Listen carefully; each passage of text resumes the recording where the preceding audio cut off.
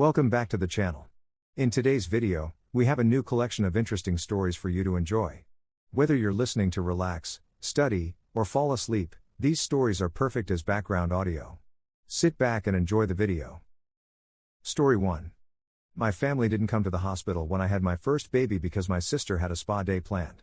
But when they saw me gifting my wife a $150,000 BMW SUV on my Instagram story, Mom called, "Sunday dinner. Be here. Emergency meeting." So, I arrived. With a surprise. I'm going to tell you something I've never said out loud to anyone except my therapist, and honestly, I'm not even sure she fully believed me when I laid it all out. But here's the thing about revenge, the good kind, the kind that actually works: it's not hot. It's cold. It's patient. And it tastes like nothing at all until the very last bite. You think you know how this story goes. Guy gets successful, rubs it in his family's face, they come crawling back. Simple. Clean. Satisfying. But that's not what happened. What happened was messier. Slower. More deliberate. What happened required me to sit with my anger for so long it stopped feeling like anger and started feeling like clarity. Like architecture. Like a blueprint I was building in the dark, one brick at a time, until I finally had something solid enough to stand on. Let me back up. My daughter was born on a Tuesday. Emma Grace. 6 pounds, 9 ounces. She came 3 weeks early, which meant my wife Rebecca and I weren't ready. We had paint samples taped to the nursery wall. The crib was still in its box. I was supposed to install the car seat that weekend. Instead, I installed it in a hospital parking garage at 2 in the morning while Rebecca's contractions were 7 minutes apart, my hands shaking so hard I had to watch a YouTube tutorial 3 times just to get the base locked in. The parking garage smelled like oil and concrete. February air cut through my jacket. Rebecca made this sound during a contraction, not a scream, something smaller and more frightening. Nobody prepares you for that feeling. That specific terror of knowing you're about to become responsible for keeping a human being alive, and you can't even figure out how to clip a plastic buckle into a metal slot. We got to the hospital at 2:47 a.m. By 3:15, Rebecca was in a delivery room. By 4:30, things got complicated. The baby's heart rate kept dropping. They started throwing around words like fetal distress and emergency intervention. A doctor I'd never seen before was suddenly in the room, and Rebecca was crying, and I was holding her hand so tight I thought I might break her fingers. Emma was born at 6:23 a.m. via emergency C-section. They held her up over the curtain for maybe 2 seconds so Rebecca could see her. She wasn't crying at first. This horrible silence where she should have been crying but wasn't. Then she made this tiny sound. Like a kitten. And the whole room exhaled. I called my mom at 6:35 from the hallway. She didn't answer. I left a message. "Hey Mom, it's me. The baby came early. Emma Grace. Born about 15 minutes ago. Mom and baby are doing well. It was scary for a bit but everyone's okay now. Call me when you get this." I texted the family group chat. "Baby's here. Emma Grace. Mom and baby doing okay. Scary morning but everyone's safe." I added a photo. Emma and her bassinet. Eyes closed. Face peaceful. My mom responded 4 hours later, "Wonderful news. So happy for you both." My dad, "Congrats son. Vanessa, OMG yay. Can't wait to meet her." Nobody asked if we needed anything. Nobody said they were coming. Nobody called to hear Emma cry or ask how Rebecca was recovering or if I was holding up. Rebecca's parents arrived by noon. Her mom Diane came through the door carrying bags from 3 different stores. Homemade soup. Fresh bread. Flowers. Balloons. Her dad Tom had his camera. Took photos of Emma from every angle. Held her like he'd done it 1,000 times. He cried. Said she had Rebecca's nose. Diane stayed for 3 days. Slept on the pull-out chair. Changed diapers. Taught me how to swaddle. Showed me how to burp Emma properly. Answered every panicked question at 3 in the morning. My family visited on Saturday. 4 days later. They came as a unit. Mom, Dad, Vanessa. My mom hugged me first. Quick. The kind of hug you give someone you see every day. "Where's the baby?" Vanessa asked. Emma was in Rebecca's arms. Rebecca was sitting up in bed, still sore, still exhausted. "Here she is," Rebecca said, adjusting Emma so they could see her face. My mom made the appropriate noises. "Oh, she's beautiful." Vanessa was already holding up her phone. "Can I take a picture?" She snapped 3 photos. "Check them." Frowned. "The lighting in here is terrible." My mom asked to hold her. Rebecca handed Emma over carefully. My mom held her awkwardly. Too stiff. She looked at Emma's face for maybe 30 seconds before saying, "I don't want to hog the baby," and trying to hand her to Vanessa. Vanessa stepped back. "Oh, I don't really know how to hold babies. I'll wait until she's older. They'd brought a gift bag. Inside was a onesie and a generic card signed by all three of them. They stayed for 45 minutes. Vanessa spent most of it on her phone. My dad fell asleep in the corner chair. Actually fell asleep. When they left, my mom hugged me again. Same quick hug. Call us if you need anything. But she said it like let's get together sometime. Empty. That night, after everyone left and Emma was asleep, Rebecca looked at me. Marcus, I don't want to make this about me, but I've been cut open. I'm sitting here bleeding and exhausted and terrified, and your family just treated this like a social obligation. They're not good with babies. Neither am I, neither are you. But we're figuring it out because we care. She was right. But admitting it felt like opening a door I'd been holding shut for years. A week later, we were home. Barely surviving. Emma cried constantly. Rebecca was recovering from surgery. I was running on maybe 3 hours of sleep a night. Rebecca's parents came by every other day.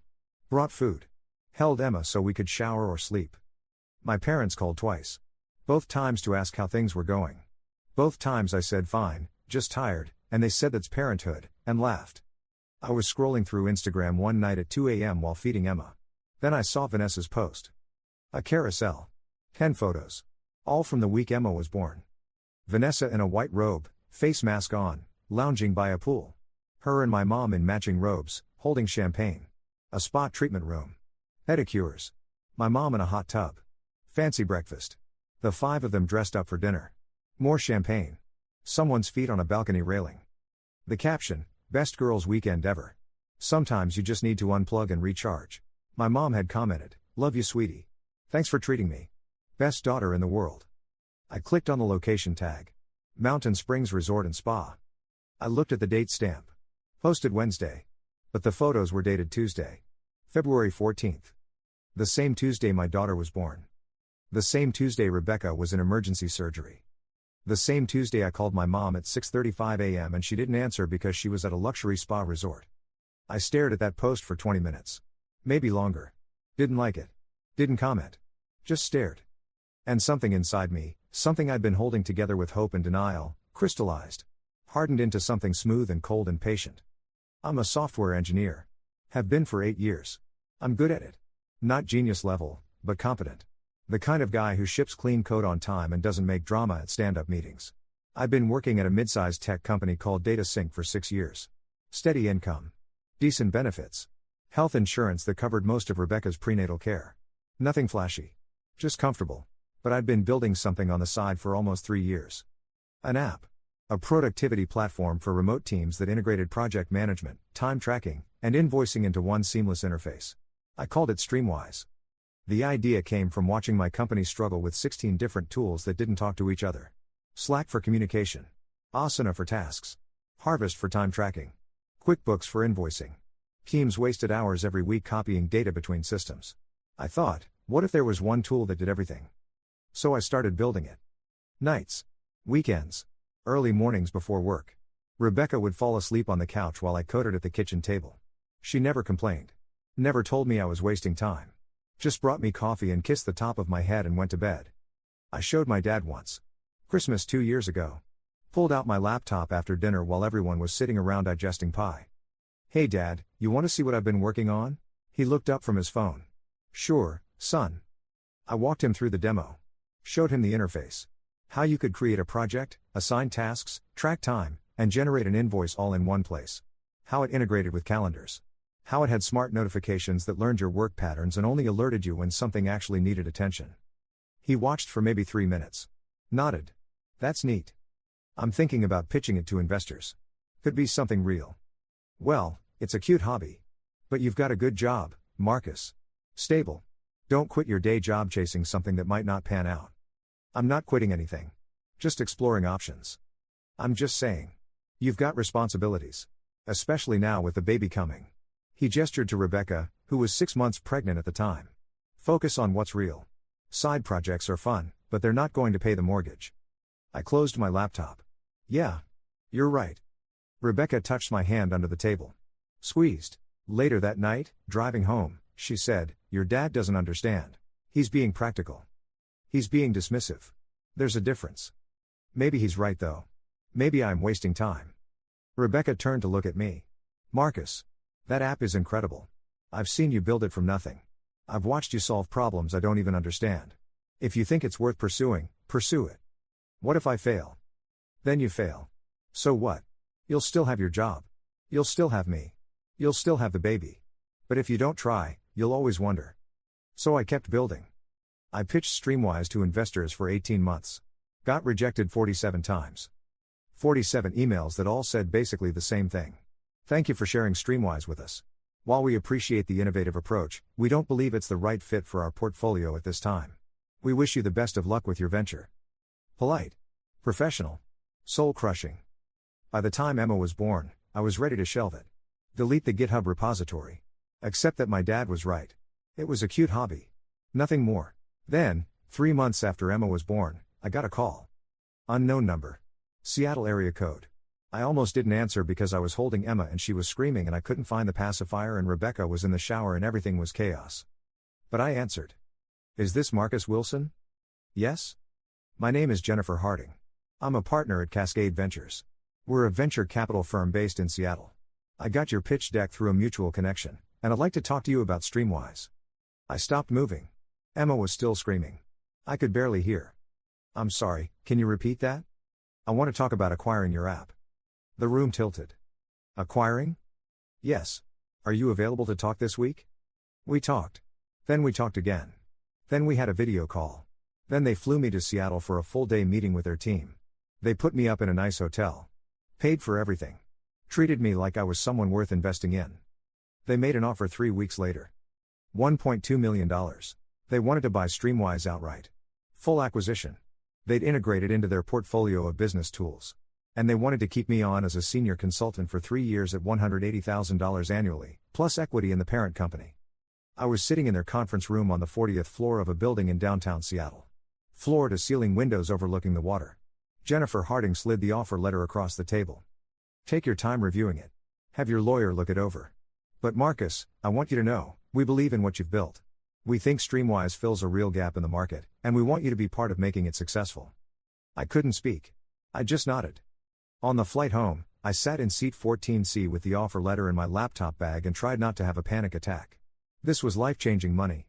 This was buy a house money. This was Rebecca never has to worry about daycare costs money. This was Emma's college fund money. This was proof that I wasn't wasting my time. Rebecca cried when I told her. We were sitting on our apartment couch. Emma was asleep in her swing. I'd waited until everything was quiet. Until I could sit down and explain it properly. I handed her the offer letter. Watched her read it. Watched her face change. Marcus. I know. This is real? It's real. She started crying. Not sad crying. Something else. Relief mixed with disbelief mixed with joy so pure it hurt to watch. We can breathe, she whispered. We can actually breathe. We'd been living paycheck to paycheck. Not struggling, exactly, but stretched thin.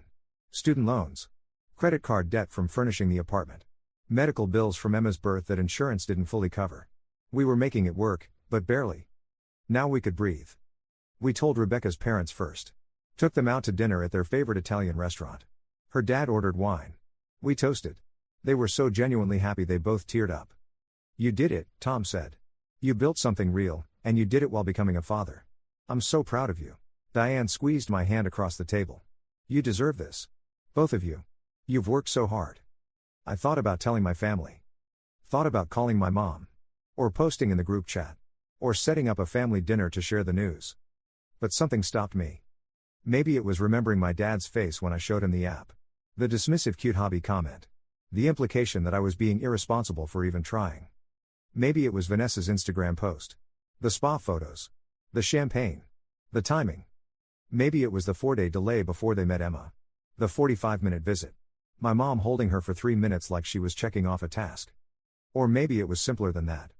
Maybe I just didn't want to share something this important with people who'd made it very clear I wasn't important to them. So I didn't tell them. 6 months passed. I kept my head down. Worked. Saved. Paid off our student loans in one payment. $63,000. Gone. Just like that. Rebecca stared at the confirmation email for 10 minutes. We don't owe anyone anything anymore, she said. Not a single person. We built an emergency fund. 2 years of expenses. Just sitting there in a high-yield savings account. Safety. Security. The knowledge that if everything fell apart tomorrow, we'd be okay. I didn't post about it. Didn't brag. Didn't hint. In the family group chat, I was just Marcus. Working his normal job. Raising his daughter. Living his normal life. My mom would occasionally text the group. Usually something generic. Hope everyone's having a good week. Or can't believe it's already October. I'd respond. You too. Or time flies. Vanessa posted constantly on Instagram. Her life was a curated highlight reel. New clothes. New restaurants. Weekend trips. Her boyfriend proposed in September. She posted 17 photos and 3 videos. The ring was massive. Comments flooded in. My mom commented on every single post, "So happy for you, baby girl. You deserve all the happiness in the world."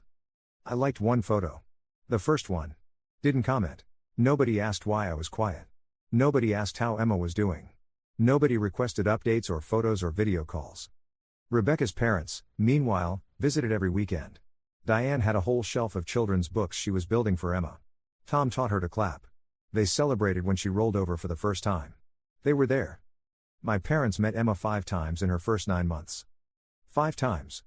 3 of those times were at family gatherings where everyone was invited anyway. Thanksgiving. Christmas. My aunt's birthday party. The other 2 times were drop-bys. Quick visits. 30 minutes. Long enough to say they'd seen her. My mom would hold Emma for a few minutes. Comment on how big she was getting. Hand her back. Ask what our plans were for the holidays or if we'd seen some show on Netflix. Never, "How are you doing?" Never, "What's hard right now?"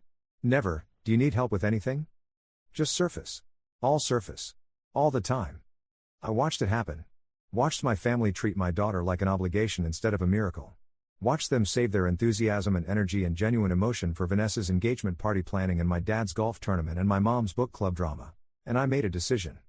When I was ready to show them who I'd become, I wanted it to be undeniable. Not subtle. Not something they could ignore or minimize or explain away.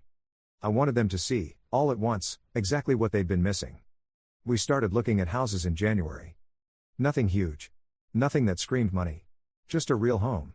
3 bedrooms. Good school district. A yard where Emma could play. A basement I could turn into an office. We found it in late February. A colonial in Maplewood. Built in 1995. Well maintained. The previous owners were an elderly couple downsizing to a condo. They'd loved the house. You could tell. Every room had been cared for. The backyard had an oak tree that was probably 50 years old. Perfect for a swing someday. The kitchen had been updated 2 years prior. The master bedroom had windows that got morning light. Rebecca walked through it 3 times before she let herself believe we could actually afford it. "Are you sure?" she asked on the 3rd walkthrough. "This is a lot of house. We can afford it." "But the mortgage. We're not getting a mortgage." She stopped walking. Turned to look at me. "What?" "We're buying it cash." "Marcus. We have the money. Why pay interest for 30 years when we can just buy it?" She started crying again. Seemed like she was crying a lot lately. Happy crying. Overwhelmed crying. The kind of crying that comes from realizing you're safe. We closed in early March. The paperwork took 3 weeks. I kept waiting for something to go wrong. For the bank to call and say there was a mistake. For the sellers to back out. For life to remind me that people like me don't get things like this. But nothing went wrong. We got the keys on March 18th. Emma was 10 months old. We spent a month painting. Furnishing. Making it ours. Rebecca picked out colors for every room. Soft blues and grays. Warm neutrals. Nothing too bold. She wanted it to feel calm. Safe. I built Emma's room myself. Painted it pale yellow.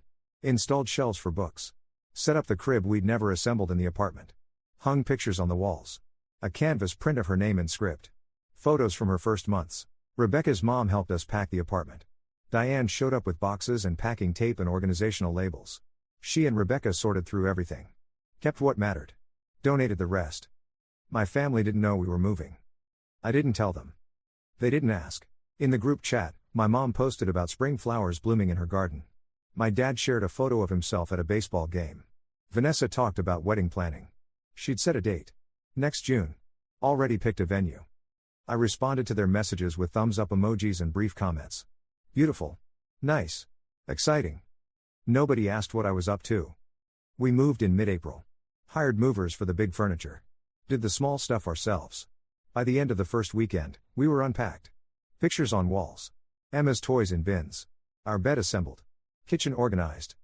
Rebecca stood in the living room that Sunday evening, Emma on her hip, looking around at our home. "I can't believe this is ours," she said. "Believe it. Your parents don't even know we moved." "Nope. Are you going to tell them?" "Eventually." "When?" "I thought about it. About the spa post. About the 45-minute visit. About my dad calling my app a cute hobby. About 3 years of work being dismissed in one sentence." "When it matters," I said. Rebecca studied my face. She knew me well enough to see what I was building. What I was planning. She didn't push. Just nodded. "Okay." A month passed in the new house.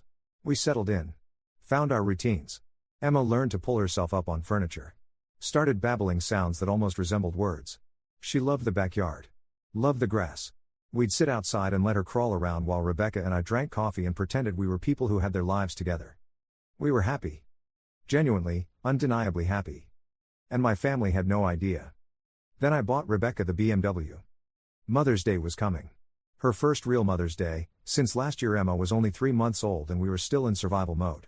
This year, I wanted to do something that showed her what she meant to me. What she'd sacrificed. What she'd given. I'd been researching for months. Watching her scroll through car listings late at night after Emma went down. She'd never complain about our Honda. Never say anything negative. But I'd catch her looking at SUVs. Pausing on listings for vehicles with good safety ratings. 3 rows. Space for car seats and strollers and groceries and life. She wanted something reliable. Something safe. Something that made her feel like she could protect Emma. So I bought her the BMW X5. Tanzanite blue. Cream leather interior. Every possible feature. Heated seats. Heads-up display. Adaptive cruise control. Surround view cameras. Every safety rating maxed out. It cost $152,000. I didn't blink. I'd been working with a dealer for 3 weeks. Test drove it twice. Negotiated nothing because I didn't need to negotiate. Paid cash. They detailed it. Made it perfect. Mother's Day fell on a Sunday. Rebecca and Emma went to her parents' house for brunch. I told her I had to work. Had a meeting. She believed me because I'd been doing a lot of consulting calls on weekends.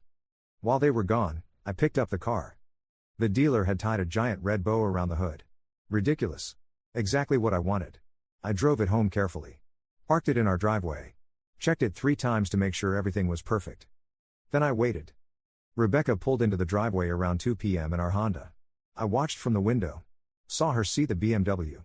Saw her face change from confusion to shock to disbelief. She got out of the car slowly. Emma was in her arms. She walked up to the BMW like it might disappear if she got too close. I came outside. "Marcus. What is this?" "It's yours." "What?" "Happy Mother's Day." She walked around it. Touched the hood. The bow. Looked at me. "You're serious?" "Completely." "Marcus, this is, you deserve it. You deserve everything. And I'm going to spend the rest of my life trying to give it to you." She started crying. Full on crying. Emma got concerned and started patting her face. That made Rebecca laugh through the tears. "I can't believe this is real." "It's real. Get in." She did. Sat in the driver's seat. Ran her hands over the steering wheel.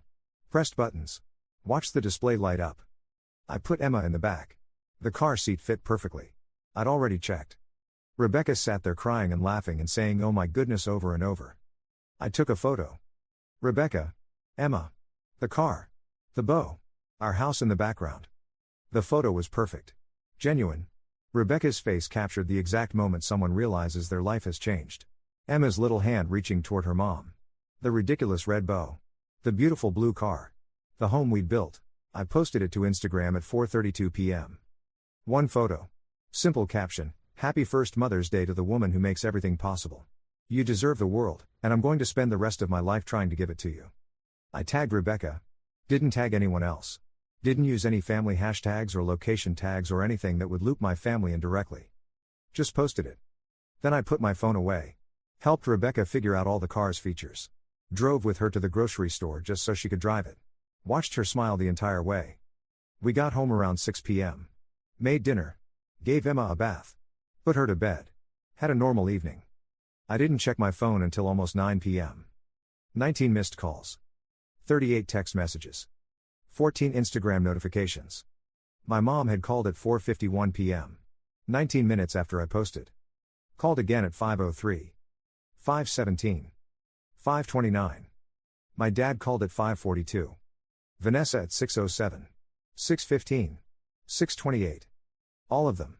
Calling. Over and over. I looked at the texts. Mom, Marcus, call me. Mom, we need to talk. Mom, this is serious. Mom, call me now. Dad, your mother wants to talk to you. Dad, call us when you get this. Vanessa, WTF is going on? Mom is freaking out. Vanessa, she's literally crying. Call her.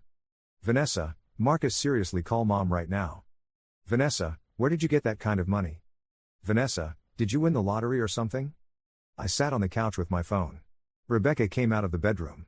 Saw my face. What's wrong? My family saw the post. And? 19 missed calls. She sat down next to me. Looked at my phone. Read the messages. They're worried about the money. Yeah. Not about you. Not about Emma. Not congratulations on the car. Nope. Are you going to call them back? I thought about it. About my mom's texts. The urgency. The demand. This is serious. Nothing about the spa post was serious to her. Nothing about missing Emma's birth was an emergency. But me having money? That was serious. That was an emergency. No, I said. Not tonight. I turned my phone off. Monday morning, I had 14 more missed calls. 6 voicemails. 32 new text messages. I didn't listen to the voicemails. Didn't read the texts. Just went to work. Came home. Played with Emma. Had dinner with Rebecca. Put the baby down. Watched a movie. Normal life. Our life. The one we'd built without them. Tuesday afternoon, my mom called from my dad's phone. Different number. I answered without thinking. Marcus. Her voice was sharp. Strained. The voice she used when I was a kid and she'd caught me doing something wrong. Hey, Mom. Sunday dinner. This week. 6 o'clock. Be there. Not a request. A command. I'll have to check with Rebecca. This isn't optional. Your father and I need to talk to you. It's an emergency. What kind of emergency? We'll discuss it Sunday. Mom. 6 o'clock. Don't be late. She hung up. I stared at my phone. Rebecca looked up from the couch where she was reading. Emma was asleep in the pack-and play next to her. Everything okay? Emergency family meeting. Sunday. About what? She didn't say. Rebecca closed her book. Set it down. Looked at me with those eyes that saw everything. They want to know about the money. Yeah. Are you going to tell them? I'll tell them what they need to know. Which is? That it's none of their business. She smiled. Small. Proud. Do you want me to come? She asked. No. I'll handle it. The week crawled by. I didn't respond to any more messages. Didn't acknowledge the voicemails. Let them sit in their worry and confusion and whatever else they were feeling. I went to work. Took care of Emma. Lived my life. Sunday arrived. I dressed carefully that morning. Took my time. Nice jeans. Dark blue button-down Rebecca had bought me for Christmas. The watch she gave me for our anniversary. Leather shoes. Not a suit, but put together. Confident. I looked at myself in the mirror. Tried to see what they'd see. Success, maybe. Or threat. Or both. Rebecca came up behind me. Wrapped her arms around my waist. Rested her head against my back. You okay? Yeah. You don't have to do this. I know. You could just not go. I could. But you're going anyway. Yeah. She turned me around. Looked up at me. Why? Because they need to understand. Understand what? That they don't get to skip the hard parts and show up for the good parts. That's not how it works. She nodded. Kissed me. I love you. I love you too.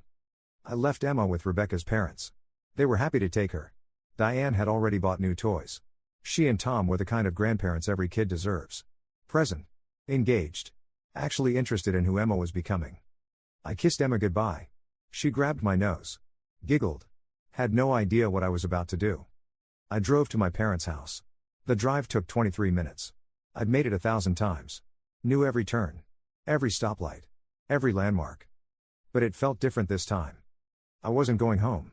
I was going to enemy territory. My parents live in a nice suburb. 4-bedroom house they bought when I was in middle school. Well maintained. Tasteful landscaping.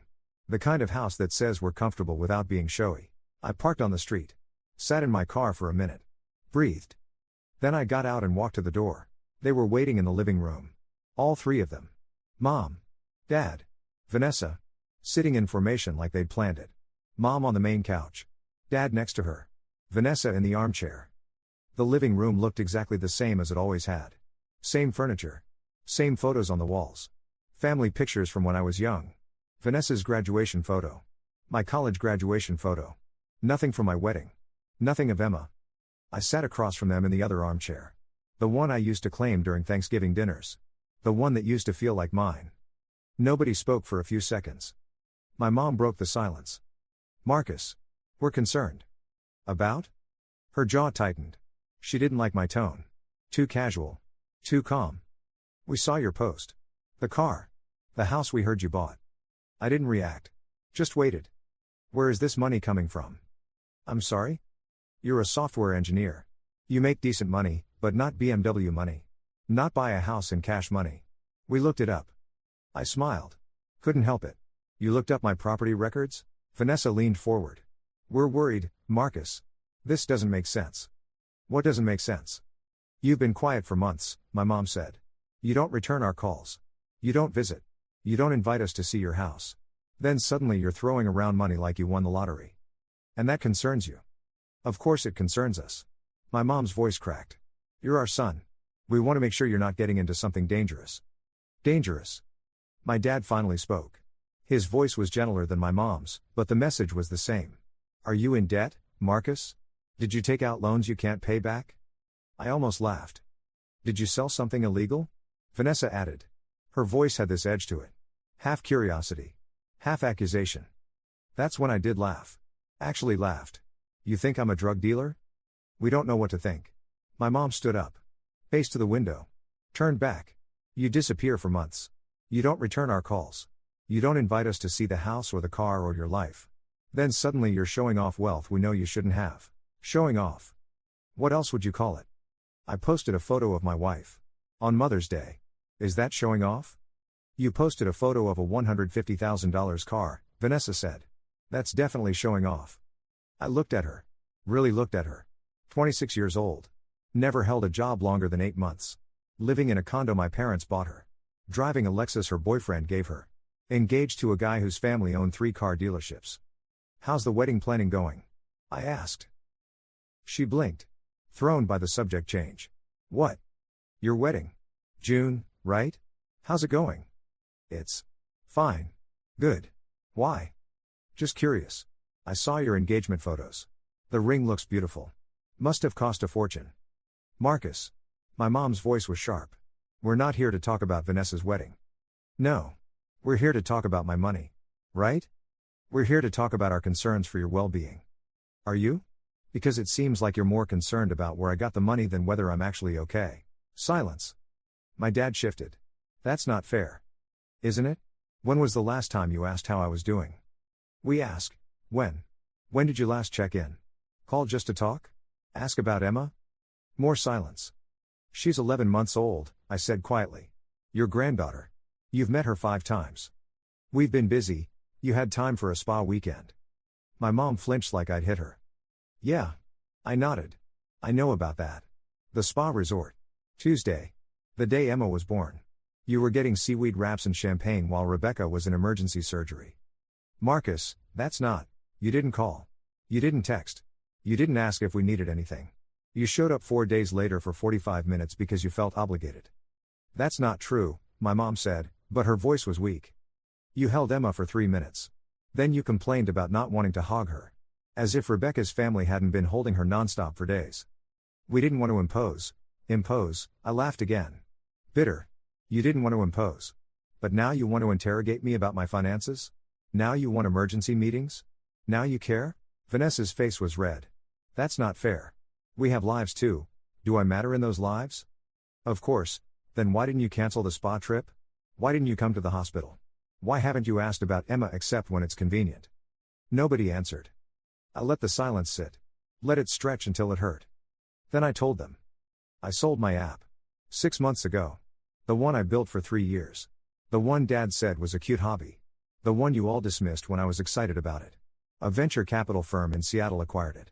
They paid me $1.2 million and hired me as a consultant. I watched their faces change. Shock. Disbelief. Calculation. My mom sat down. Slow. Like her legs stopped working. 1.2, she whispered. Million. Yes. And you didn't tell us, my dad said. No. Why? Because you made it very clear you didn't believe in it. Or me. That's not. It is true. You called it a hobby. You told me to focus on my real job. To stop wasting time on something that would never work. My dad looked away. So when it did work, when someone actually believed in what I built, I didn't feel like sharing that with people who'd already decided I would fail. We never wanted you to fail, my mom said. You just didn't think I'd succeed. She didn't argue. I stood up. So here's what's going to happen. I'm going to keep living my life. Taking care of my wife and daughter. Building something good. Something real. And you're welcome to be part of that if you want. But it's going to be on my terms. Not when you need something. Not when you're curious about my bank account. Not when it's convenient for you. What does that mean? Vanessa asked. It means if you want a relationship with me and my family, you need to actually care about us. Not just show up for appearances. Not just send generic texts. Actually care. That's cruel, my mom whispered. You're punishing us. No. I'm setting boundaries. Because you've made it very clear where your priorities are. And I'm finally okay with not being one of them. We love you, my mom said. Her eyes were wet. I know you do. But love isn't enough when it only shows up when it's convenient. Love is showing up when it's hard. When it's inconvenient. When someone needs you and you come anyway. I walked toward the door. Marcus. My dad's voice stopped me. You can't just walk away from your family. I turned back. I'm not walking away. I'm walking towards something better. You're welcome to follow. But I'm not waiting anymore. I left. Walked out the door. Got in my car. Drove 3 blocks before I had to pull over because my hands were shaking too hard to hold the steering wheel. I sat in a random neighborhood. Parked by someone's mailbox. Breathing. Trying to process what I'd just done. My phone was in my pocket. Silent. I didn't check it. I just sat there. After a while, 10 minutes, maybe 20, I drove to Rebecca's parents' house. Emma was in the living room with Tom, playing with blocks. She saw me and squealed. Reached for me. I picked her up. Held her close. She smelled like baby lotion and applesauce. Diane came out of the kitchen. Took one look at my face. How'd it go? I told them everything. And I left. She nodded. Didn't push for details. Just squeezed my shoulder and went back to the kitchen. Tom looked up from the blocks. You okay, son? Yeah. I think so. Good. That's what matters. Rebecca was home when we got there. She'd been cleaning. Nervous cleaning. The house smelled like lemon and lavender. She met me at the door. Emma in my arms. Read my face. Tell me. I told her everything. Every word. Every moment. How they'd accused me of being in debt or doing something illegal. How I'd told them about the app. How I'd called them out for the spa trip. How I'd left. She listened. Didn't interrupt. When I finished, she wrapped her arms around both of us. Me and Emma. Held us. I'm proud of you, she whispered. Yeah? Yeah. You stood up for us. For yourself. That takes courage. I feel like I just blew up my family. No. You just stopped pretending it was something it wasn't. The calls and texts started again that night. Apologies. Explanations. Justifications. Mom, Marcus, please. We need to talk about this.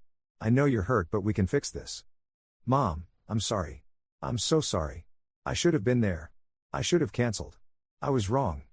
Mom, please call me. Don't shut us out.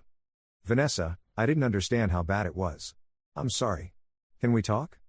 Vanessa, you embarrassed me in front of Mom and Dad. Vanessa, but I guess I deserved it. My dad, your mother is very upset. She's been crying all evening. Whatever you think we didn't mean to hurt you.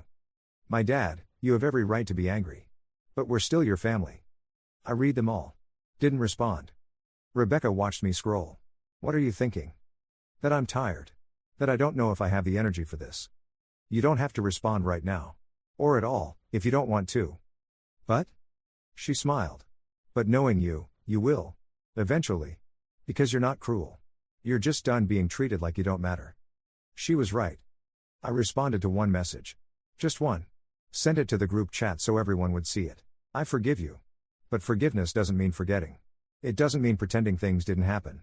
It means I'm choosing not to let your choices define my life anymore.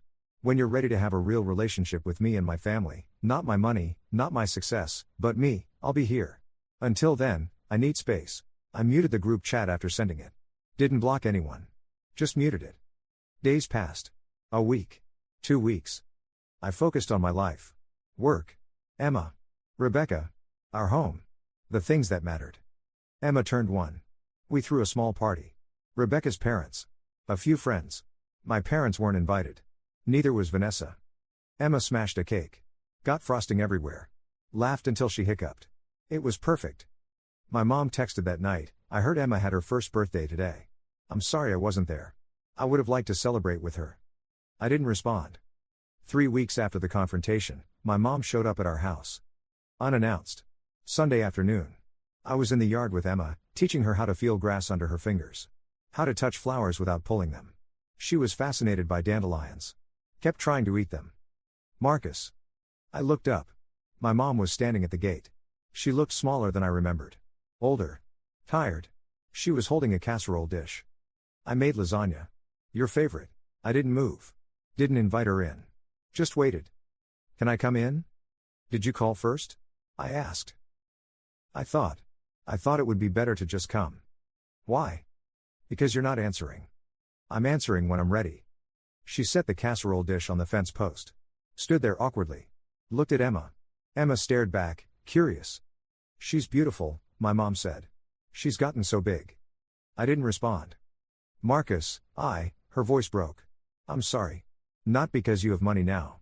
Not because I want something. I'm sorry because you're right. I chose badly. I prioritized the wrong things. And I missed the most important moment of your life because I was selfish." I picked Emma up. She grabbed my nose. Made a happy sound. "I can't take it back," my mom continued. "I can't undo not being there. I can't undo making you feel like you didn't matter. But I want to try. If you'll let me." Emma squirmed in my arms. Reached toward my mom. Babies are like that. They don't hold grudges. They just see people and decide if they want to connect. "This is her world now," I said quietly. "Everything I do is for her. To protect her. To give her what I didn't have. And I can't let people in who are going to hurt her the way I've been hurt." "I understand." "Do you?" "Because it's not just about showing up now. It's about showing up consistently. Actually being present. Actually caring about her life and not just the highlight reel." "I know." "Do you?" "I think I'm starting to." I looked at Emma. At her face. Her trust. Her innocence. She deserved better than what I'd gotten. She deserved grandparents who would show up when it mattered. Who would love her unconditionally. But she also deserved a father who didn't let bitterness poison his whole life. I walked over to the gate. "You can come in. But Rebecca and Emma come first. Always. If you can't respect that, this won't work." My mom nodded. Her eyes were wet. "Okay. I mean it. No more half measures. No more showing up when it's convenient. If you're in, you're all in." "I'm in." I opened the gate. She followed me inside. Slowly. Like she was afraid I'd change my mind. Rebecca was in the kitchen. She looked up when we came in. Saw my mom. Her expression stayed neutral, but I could see the question in her eyes. I nodded. "It's okay." My mom set the lasagna on the counter. Looked at Rebecca. "I owe you an apology too. I should have been there for you. When Emma was born. After. I should have asked what you needed instead of assuming you had it handled." Rebecca's expression softened slightly. "Thank you." "Can I hold her?" my mom asked, looking at Emma. I glanced at Rebecca. She nodded. I handed Emma to my mom. Showed her how to support her head even though Emma didn't need that kind of support anymore. Old habit. My mom held her properly this time. Not stiff. Not awkward. Like she actually wanted to know her. Emma studied my mom's face. Touched her nose. My mom laughed. A real laugh. "Hi, sweetheart," she whispered. "I'm your Grammy. And I'm so sorry I didn't show up for you like I should have." She stayed for 2 hours. Played with Emma. Asked questions about her schedule, her favorite foods, what she liked to do. Actually listened to the answers. When she left, she hugged me at the door. A real hug. Not the quick perfunctory kind. "Thank you for letting me try," she said. "Don't make me regret it." "I won't." My dad came by the next weekend. Saturday morning. No casserole. Just him. He knocked on the door. Stood there in jeans and an old baseball cap. "Can we talk?" We sat on the front porch. Emma was napping inside. Rebecca was reading. My dad didn't speak for a long time. Just sat there. Watching the street. The trees. The neighbors walking their dog. Finally, I was wrong. "About?" "Your app." telling you to focus on your real job. Dismissing what you were building. I was wrong. I waited. I think. He paused. Tried again. I think I was scared. You were taking a risk. Putting in all that time and effort on something that might not work. And I didn't want to see you fail. So I convinced myself it wasn't worth doing in the first place. That's not protection, Dad. That's control. I know. I see that now. We sat in silence for a minute. I'm proud of you, he said finally. What you built. What you've accomplished. But more than that, I'm proud that you stood up for yourself. You set boundaries. You demanded better. That takes strength. Thanks. Can I meet my granddaughter properly? Not a 45-minute visit. Actually spend time with her? I thought about it. About Emma. About what she deserved. Yeah. We can do that. He teared up. My dad. Who never cried. Never showed emotion like that. Thank you. We went inside. I woke Emma up from her nap. She was groggy and confused but calmed down when I held her. Emma, this is your grandpa. My dad held out his arms. I transferred her carefully. He held her like she was made of something precious. Which she was. They sat together for an hour. My dad talked to her. Made silly faces. Got her to laugh. When she cried, he rocked her until she calmed down. When she wanted down, he got on the floor with her and played blocks. Rebecca watched from the kitchen. Caught my eye. Smiled. This was good. This was something. Vanessa took longer. Much longer. She didn't show up. Didn't call. Just sent occasional texts that I didn't respond to. I'm sorry. I was wrong. I miss you. 6 months passed. Emma's first birthday came and went without acknowledgement from her. Christmas too. We did holidays with Rebecca's family. Small. Intimate. Meaningful. Then, in February, a full year after Emma was born, a card arrived in the mail. Addressed to Emma. Return address was Vanessa's apartment. Inside was a gift certificate to a children's bookstore. $50. And a note. Dear Emma, I'm your Aunt Vanessa. We haven't met properly yet, but I want to change that. I'm sorry it took me so long to realize what I was missing. Happy birthday, even though it's late. I hope your dad will let me meet you sometime. Love, Aunt Vanessa.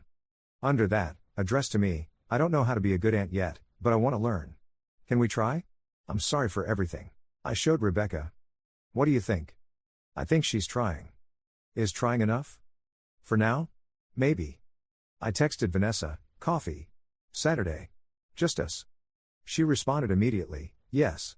Thank you. Where and when? We met at a coffee shop halfway between her place and mine. She was already there when I arrived. Nervous. Fidgeting with her cup. I sat down across from her. Thanks for meeting me, she said. Talk. She took a breath. I've been doing a lot of thinking. About what you said. About Emma. About how I've treated you.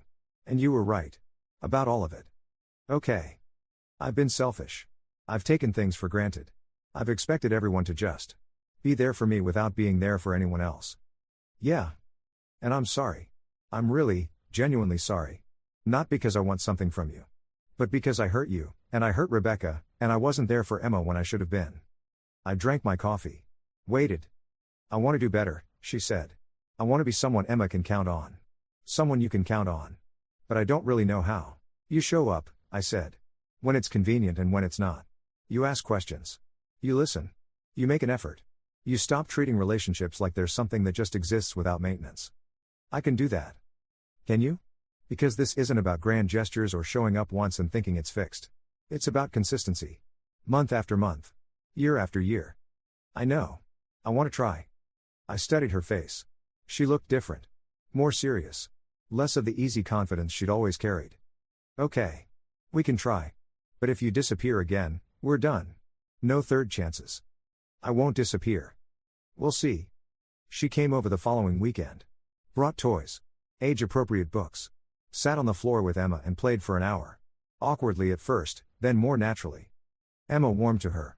Kids are good at sensing genuine interest. Vanessa started coming regularly. Once every 2 weeks. Then once a week. She'd text first.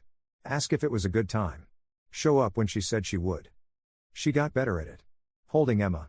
Changing diapers. Making her laugh. Being present. It wasn't perfect. There were still moments of tension. Still times when I caught myself waiting for her to bail. But she didn't. She kept showing up. That's all I'd ever wanted. It's been 2 years now. Emma's almost 3. She calls my mom Grammy and gets excited when my dad brings her donuts on Saturday mornings. Vanessa babysits sometimes, awkwardly but earnestly. They're not perfect. We're not perfect. But we're trying. Rebecca still brings it up sometimes. Late at night when we're lying in bed. Do you regret making them work for it? No. Even though it hurt? Especially because it hurt. They needed to understand what they lost. I needed to understand what I was worth. She kisses my shoulder. You're worth everything. So are you. Emma cries from her room. Nightmare. I get up, stumble down the hall, scoop her up. She clings to me like I'm the only solid thing in the world. Maybe I am. For her. For now. And that's enough. That's the thing about revenge that nobody tells you. Real revenge isn't destroying someone. It's not making them pay or suffer or beg.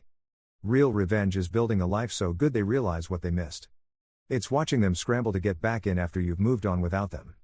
It's knowing you don't need them anymore, and choosing to let them in anyway, on your terms, because you're secure enough to be generous. The BMW is just a car. The house is just a house. The money is just money. But the look on my mom's face when she held Emma for the first time like she actually meant it? The way my dad teared up when Emma took her first steps and grabbed his hand? The text from Vanessa last week, she's so smart. You're an amazing dad. I'm sorry I didn't see it sooner? That's the revenge. Not making them hurt. Making them see. I didn't post this for advice. I don't need validation. I'm not asking if I did the right thing. I'm telling you this because maybe someone else out there is standing in a hospital waiting room alone. Maybe someone else just saw a family member choose a vacation over their emergency. Maybe someone else is wondering if they're worth showing up for. You are. And someday, when you've built something they can't ignore, you get to decide who deserves a seat at your table. Not because you're cruel. Because you're finally free. Story 2. My brother got a Tesla at 16, college paid for at 18, a BMW M3 at 21, a paid-off house at 23 when he graduated, and dad's business at 24. Meanwhile, I got nothing and was treated like a slave. Then at my engagement party, he found out my broke fiancé was actually a tech billionaire. He threw his drink and stormed out, screaming that I was rubbing it in his face. Mom just stood there, and my dad. The Tesla arrived on a Tuesday. I remember because I was supposed to be studying for my SATs, but instead I was downstairs scrubbing the grout in the kitchen tile with a toothbrush. Mom had decided it wasn't clean enough for the photographer who was coming to take pictures of Brandon and his new car. My brother was 16. I was 14. He came home from the dealership with Dad, both of them grinning like they'd won the lottery. The car was red, sleek, and completely silent as it pulled into our driveway. I watched from the kitchen window, my knees aching from kneeling on the hard floor for 2 hours. Sophia. Mom called. Come take pictures of your brother.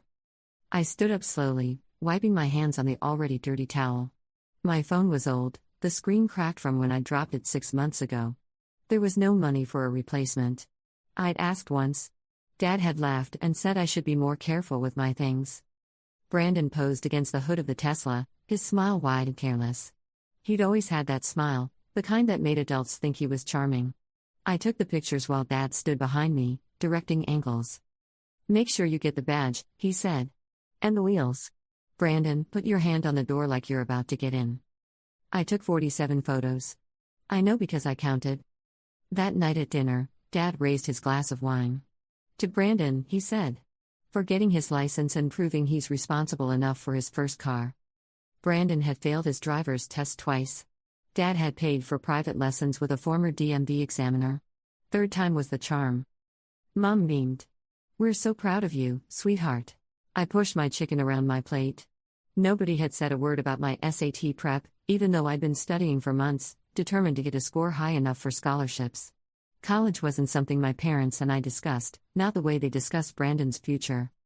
Sophia, clear the table, Mom said without looking at me. I collected the dishes while they continued celebrating. Brandon didn't offer to help.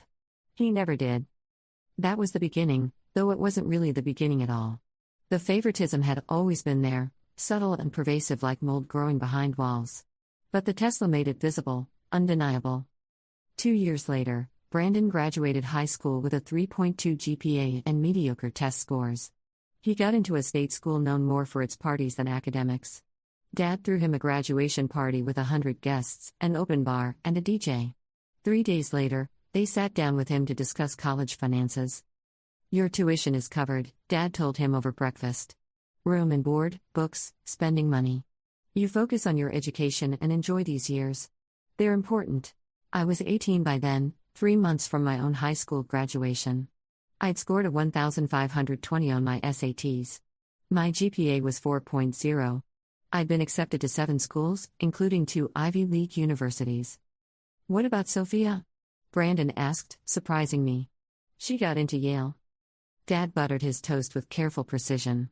Sophia can apply for scholarships. She's smart enough. But Brandon's college costs more than $40,000 a year, I said quietly.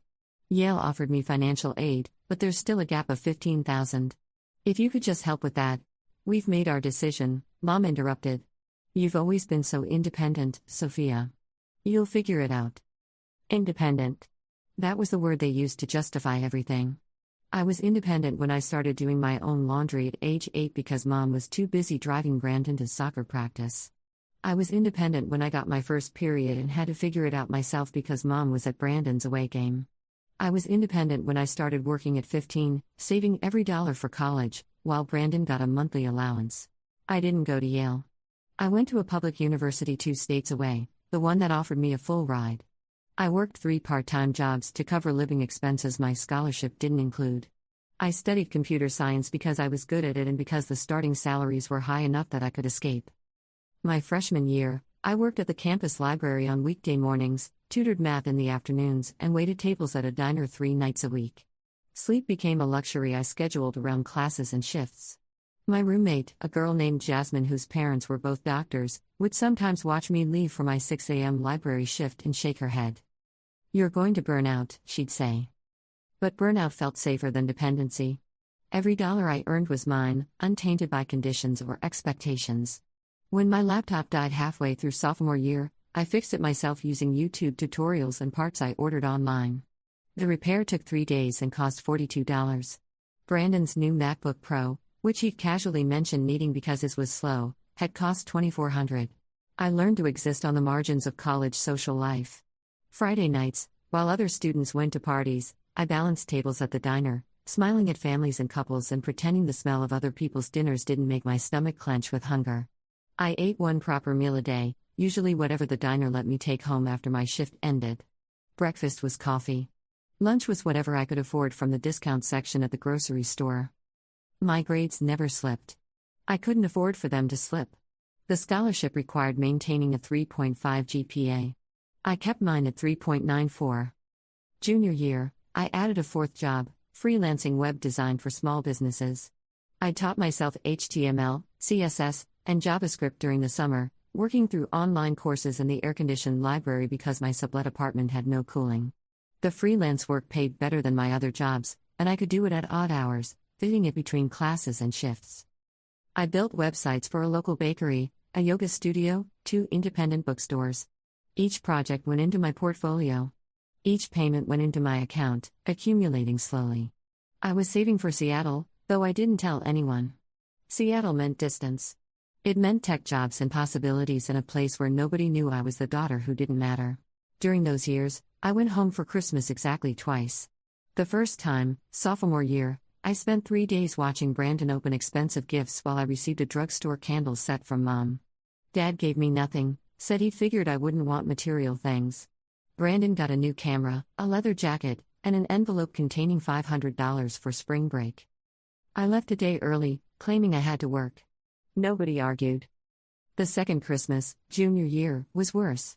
Brandon brought his girlfriend, a sorority girl named Kelsey who kept commenting on how quaint everything in my life sounded.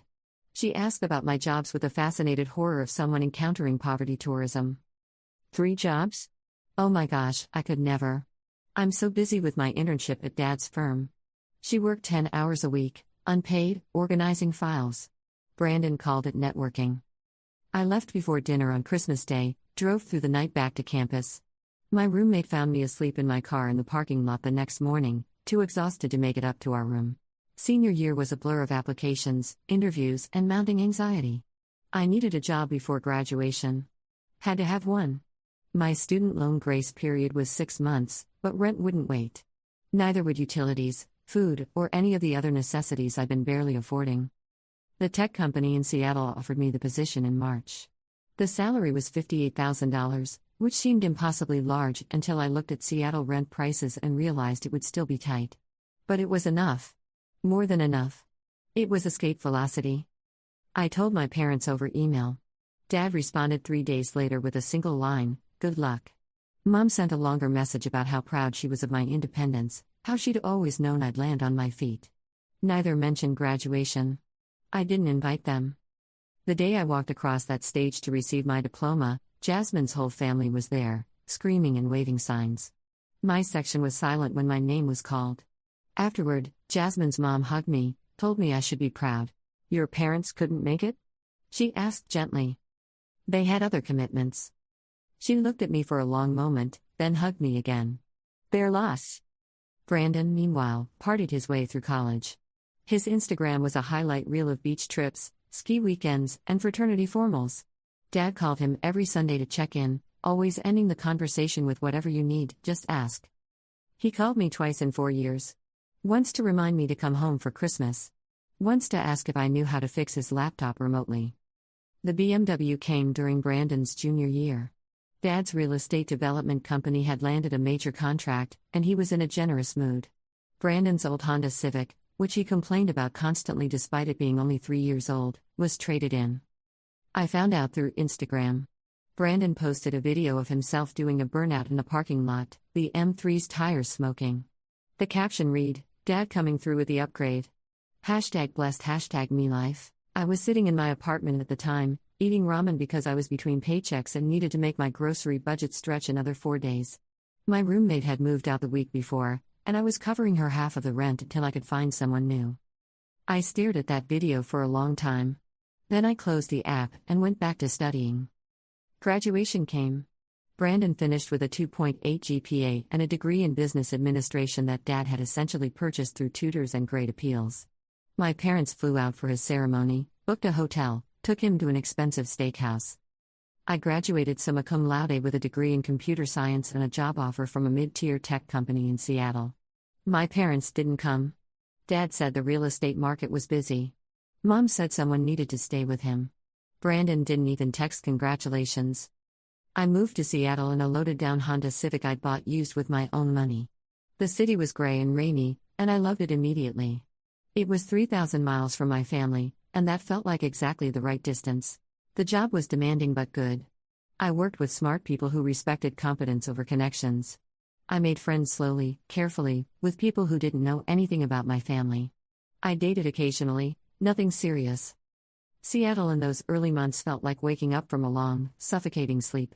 The rain that everyone complained about felt cleansing. The gray skies matched my internal landscape, but somehow that made them comforting rather than depressing. I was anonymous here, just another transplant building a life in tech. My first apartment was a studio in Capitol Hill, 400 square feet that cost more than I wanted to pay but less than most places I'd looked at. The previous tenant had painted one wall deep blue, and I left it that way. It felt intentional, artistic, like something someone would choose rather than something someone would settle for. I bought furniture slowly, piece by piece. A bed from a thrift store.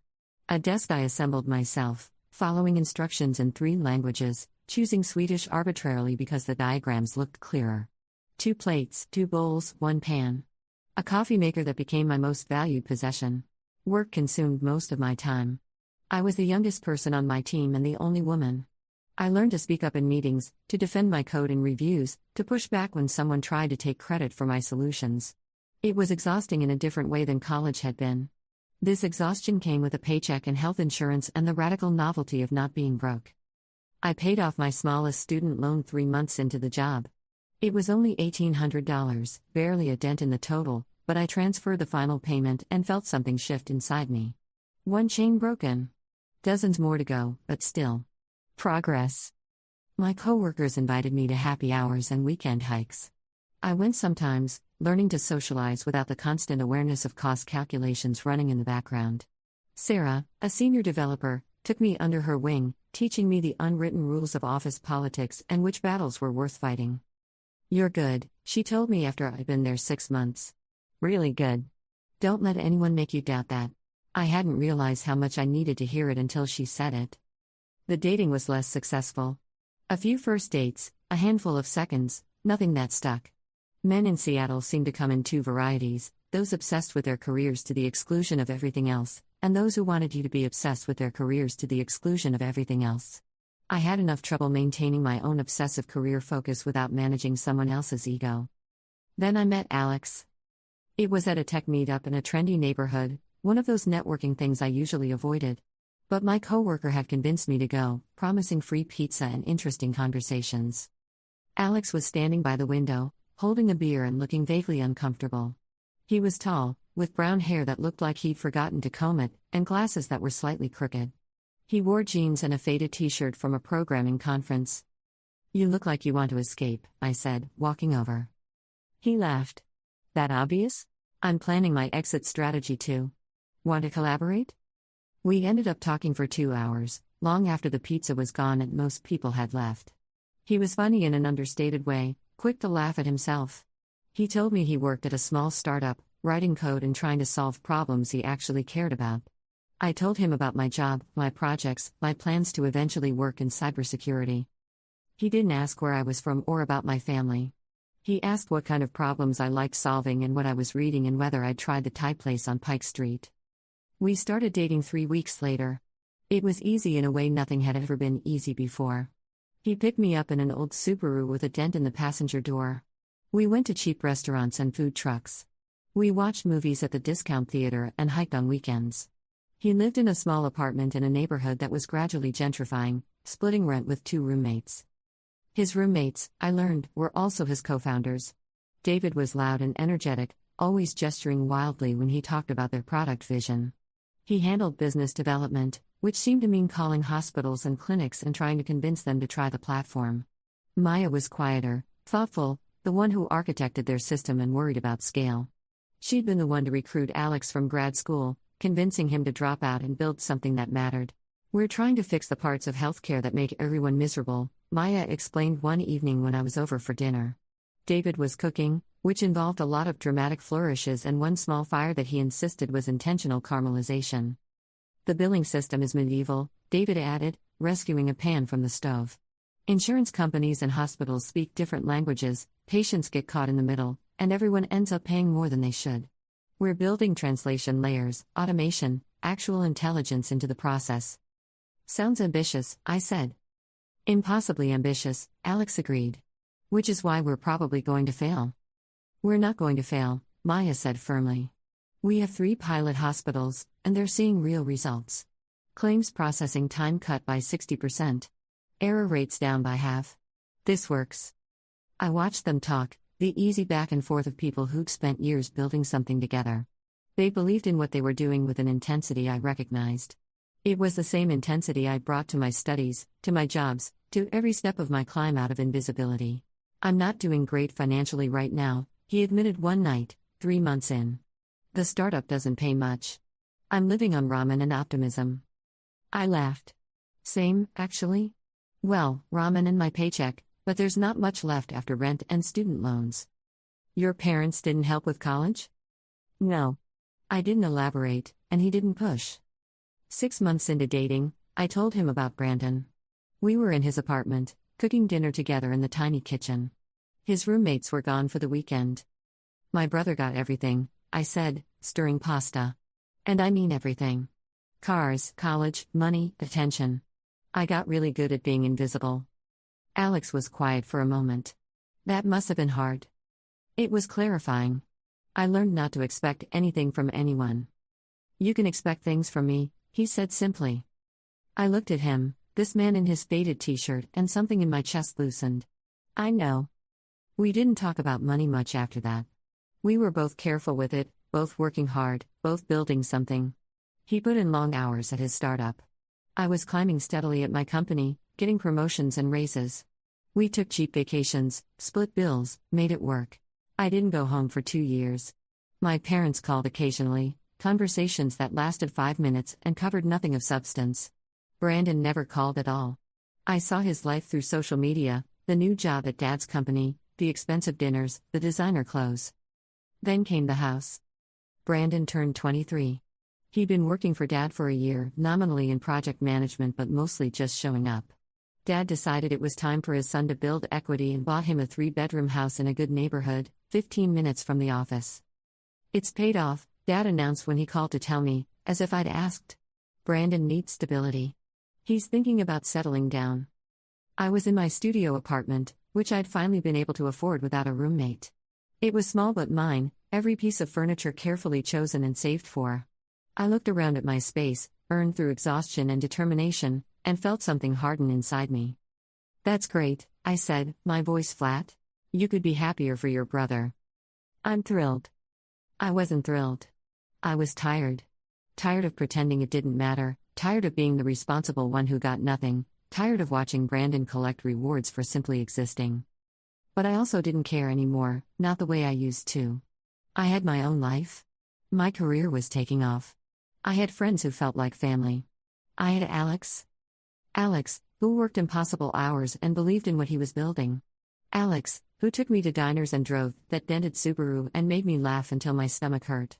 Alex, who was brilliant and kind and completely unconcerned with appearances. One night, about 3 years into our relationship, we were walking home from dinner. It had rained earlier, and the streets reflected the neon signs and streetlights. "I need to tell you something," Alex said. My heart jumped. Those words never preceded anything good. "Okay. The startup is doing really well. We just closed a major funding round." He paused. "A really major funding round. That's amazing. Congratulations." "Yeah. It means things are going to change. We're expanding fast." He stopped walking and turned to face me. "I'm one of the founders, Sophia.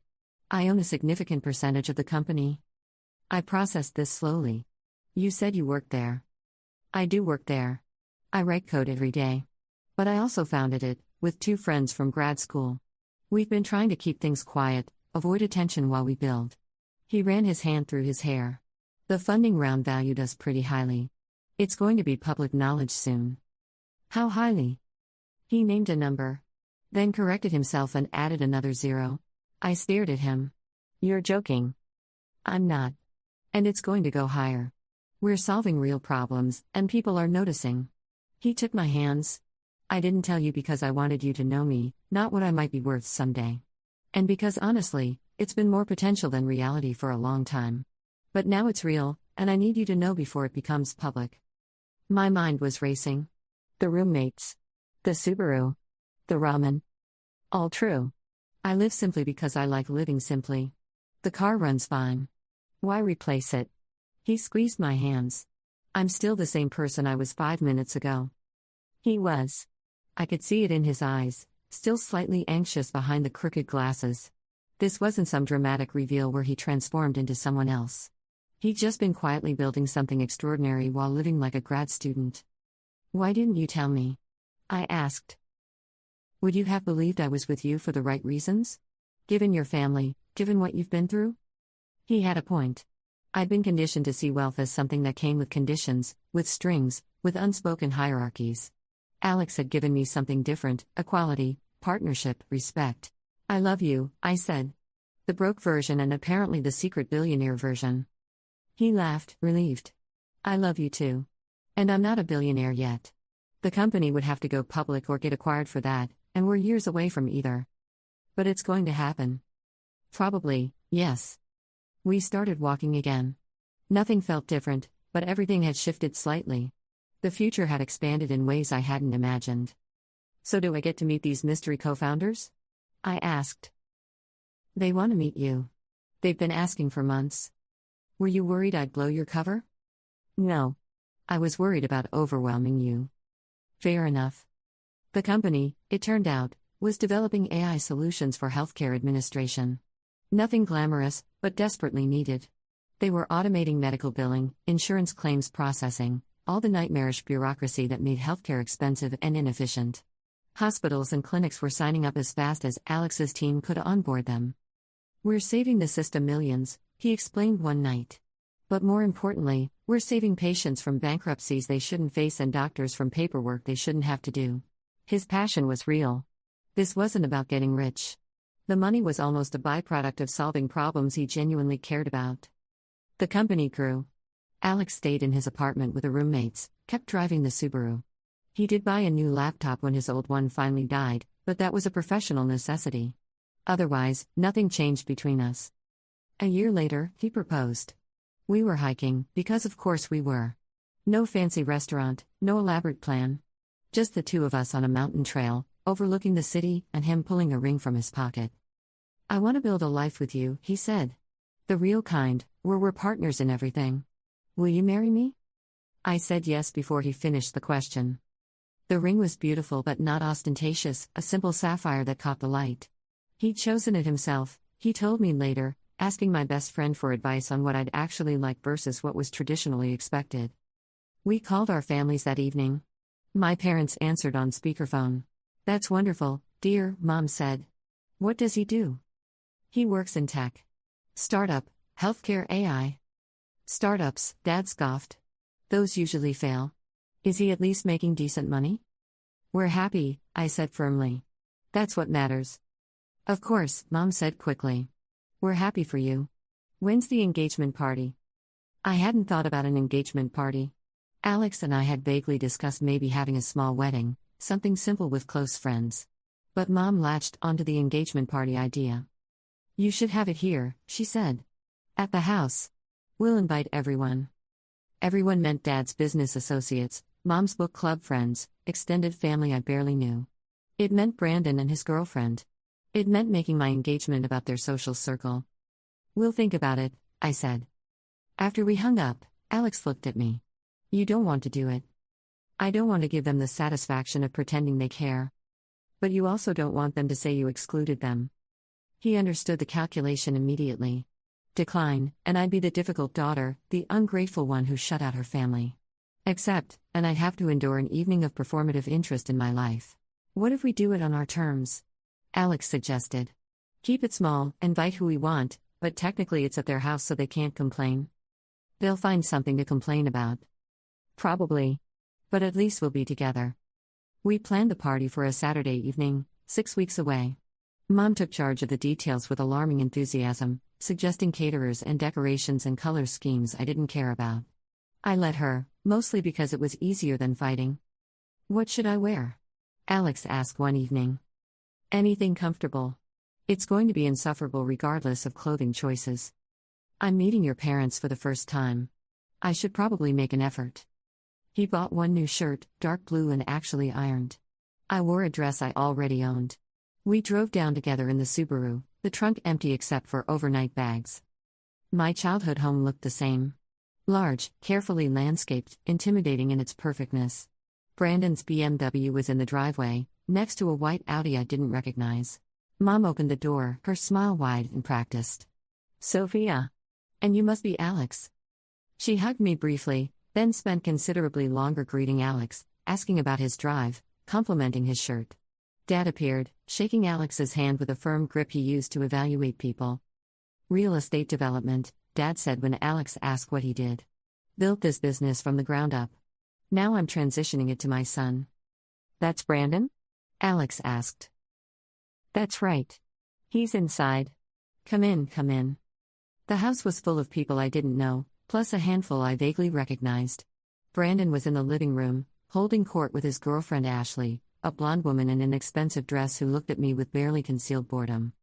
Sophia, Brandon said, coming over. Congratulations. Thanks. He looked at Alex. So you're the guy? I am. Alex extended his hand. Brandon shook it, and I saw him do the thing he always did, squeezing just a bit too hard, holding eye contact a bit too long. Alex didn't flinch. What do you do? Brandon asked. Software development. AI applications for healthcare. Startup? Yes. Brandon smirked. Risky. Most of those fail, you know. Some do, Alex agreed pleasantly. Brandon works for our father, Mom interjected quickly. He's being groomed to take over the entire company. Aren't you, sweetheart? Brandon puffed up slightly.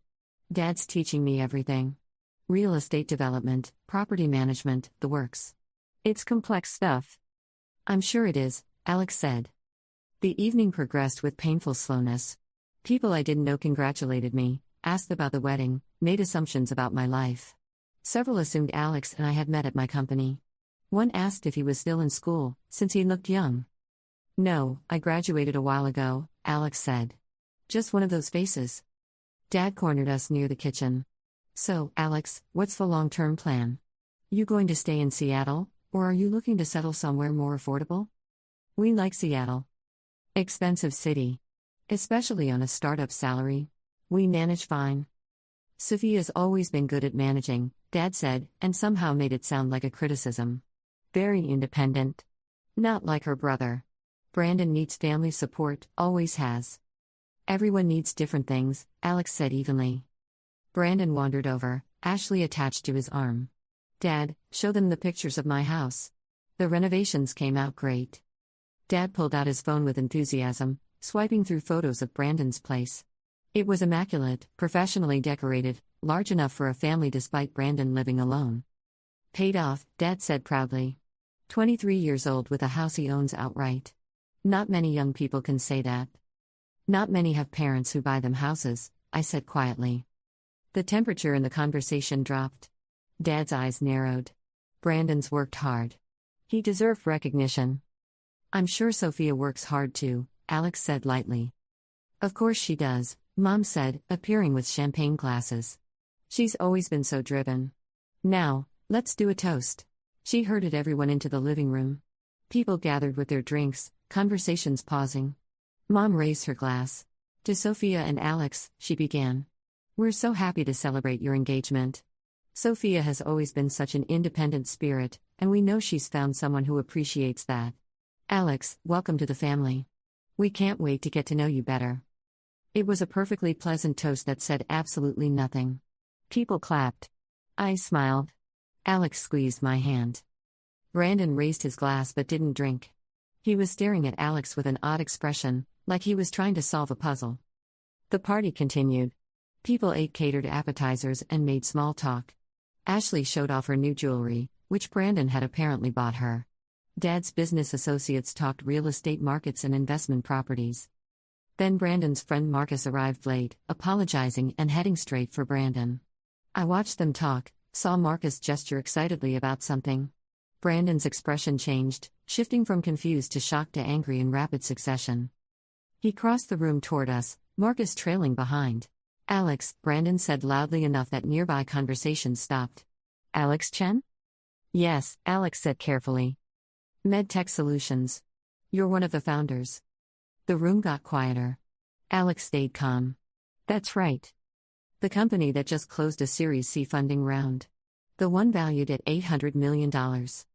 Silence spread like a ripple. Everyone was listening now. The valuation isn't public yet, Alex said quietly. How did you? Marcus works in venture capital, Brandon interrupted. He was part of the investment team that evaluated your company.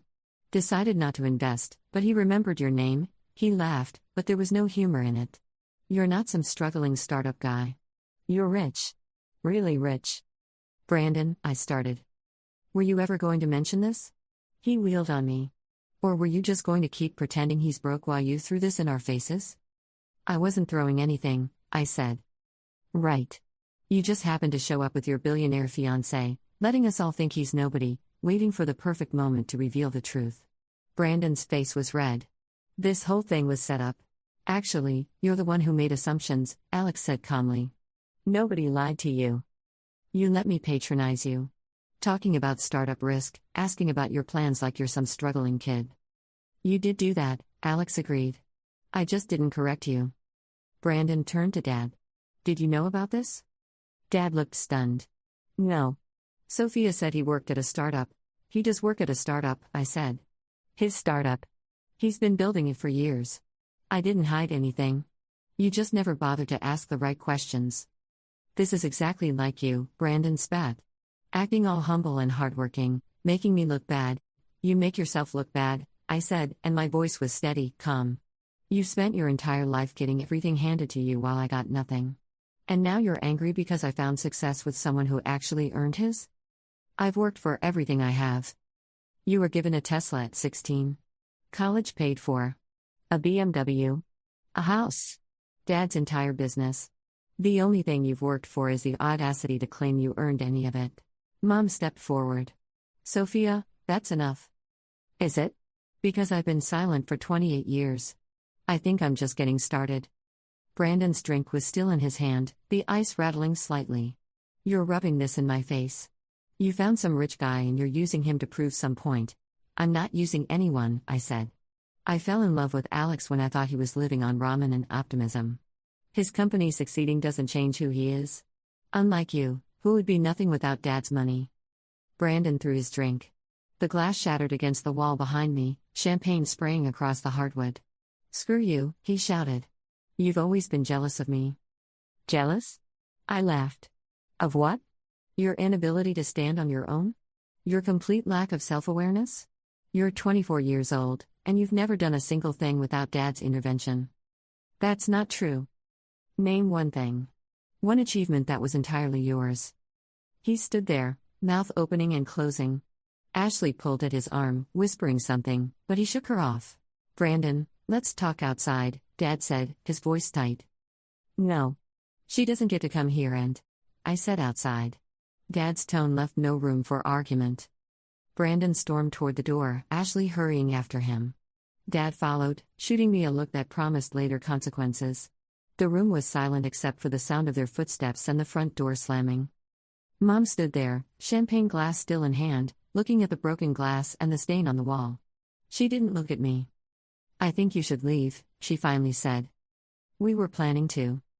Alex and I gathered our coats. People parted to let us through, some looking sympathetic, most looking uncomfortable. Marcus, who'd started the whole thing, looked apologetic but didn't say anything. Outside, the night air was cold. We could hear shouting from the backyard, Brandon's voice carrying. We got in the Subaru and drove away. Neither of us spoke for several miles. I'm sorry, Alex finally said. I should have told them from the start. Avoided all of this. Don't apologize. They deserved exactly what they got. You're okay? I thought about it. About Brandon's face when he realized the truth. About Dad's shock. About Mom's request that we leave, automatic and unthinking, supporting her son without question. I'm better than okay, I said. That needed to happen. Still. It's your family. Biologically, yes. But family is supposed to show up for you. Believe in you. Celebrate your successes. I looked at him. You've been more family to me in 3 years than they were in 28. He reached over and took my hand. We drove back to Seattle in the dark, talking about the wedding we actually wanted. Small, intimate, with people who genuinely cared about us. We'd get married on our terms, build our life on our terms. My phone started buzzing an hour into the drive. I ignored it. It kept buzzing. Finally, I checked. 18 missed calls from Mom. 12 from Dad. 6 texts from Brandon, each one more incoherent than the last. There was one voicemail from Dad. I put it on speaker. Sophia, call me back. We need to discuss your behavior tonight. You embarrassed your brother in his own home.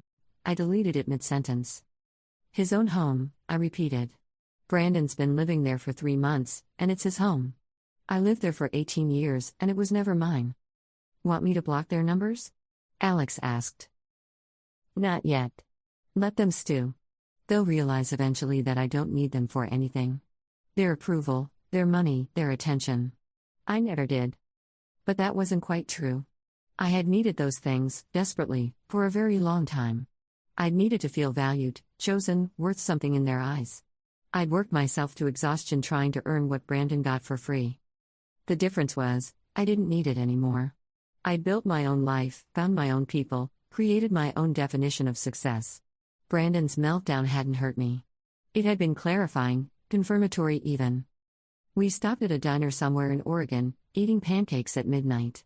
A few other travelers sat scattered in booths, everyone existing in that liminal space between destinations. What happens next? I asked. With your family? With everything. Alex considered while he poured syrup. Well, the company is going public in about 8 months. We'll probably have to do press, some public appearances. It's going to get harder to stay under the radar. How do you feel about that? Honestly? I hate the idea. But it comes with the territory. He met my eyes. I want to do it with you, though. However you're comfortable. I don't need to hide what you've accomplished. I'm proud of you. And I'm proud of you. You built your career without any advantages, without anyone believing in you. That's more impressive than anything I've done. Your company is saving people from bankruptcy and medical debt. That's objectively more impressive. Can we both be impressive? I smiled. Deal. We got married 3 months later, at a small venue overlooking Puget Sound. 20 people attended, including Alex's co-founders, my best friend from college, and a handful of others who actually mattered. No one from my family received an invitation. Mom called 2 weeks before the wedding, her voice uncertain. Sophia, we haven't received our invitations yet. There must have been a mail problem. There wasn't a mail problem. Silence. Then, carefully, you're not inviting your family? You stopped being my family a long time ago. You just didn't notice because you were too busy with Brandon. That's not fair. We've always loved you. You loved the idea of me. The self-sufficient daughter who didn't need anything, who was happy being ignored as long as Brandon got everything. But you never loved me enough to actually see me. We gave you opportunities. You gave Brandon opportunities. You gave me expectations. There's a difference. I kept my voice level. I don't hate you. But I don't need you either. And this wedding is for people who've actually been part of my life. She tried to argue, but I ended the call. There was nothing left to say. The wedding was perfect. Intimate, genuine, full of laughter. We wrote our own vows. Mine included a promise to always choose him deliberately, every day, which made him tear up. His included a promise to always see me, really see me, which made me cry. We honeymooned in Japan, 2 weeks of temples and gardens and quiet moments. No social media posts, no performance.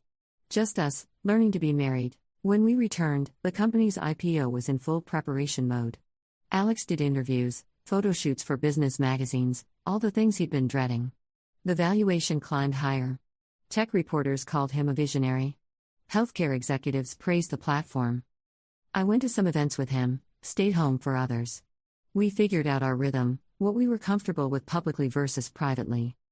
6 months after the wedding, the company went public. The IPO was one of the biggest healthcare tech offerings of the year. Alex's net worth, at least on paper, crossed into the billions with a B. We celebrated by ordering pizza and watching a movie in our apartment.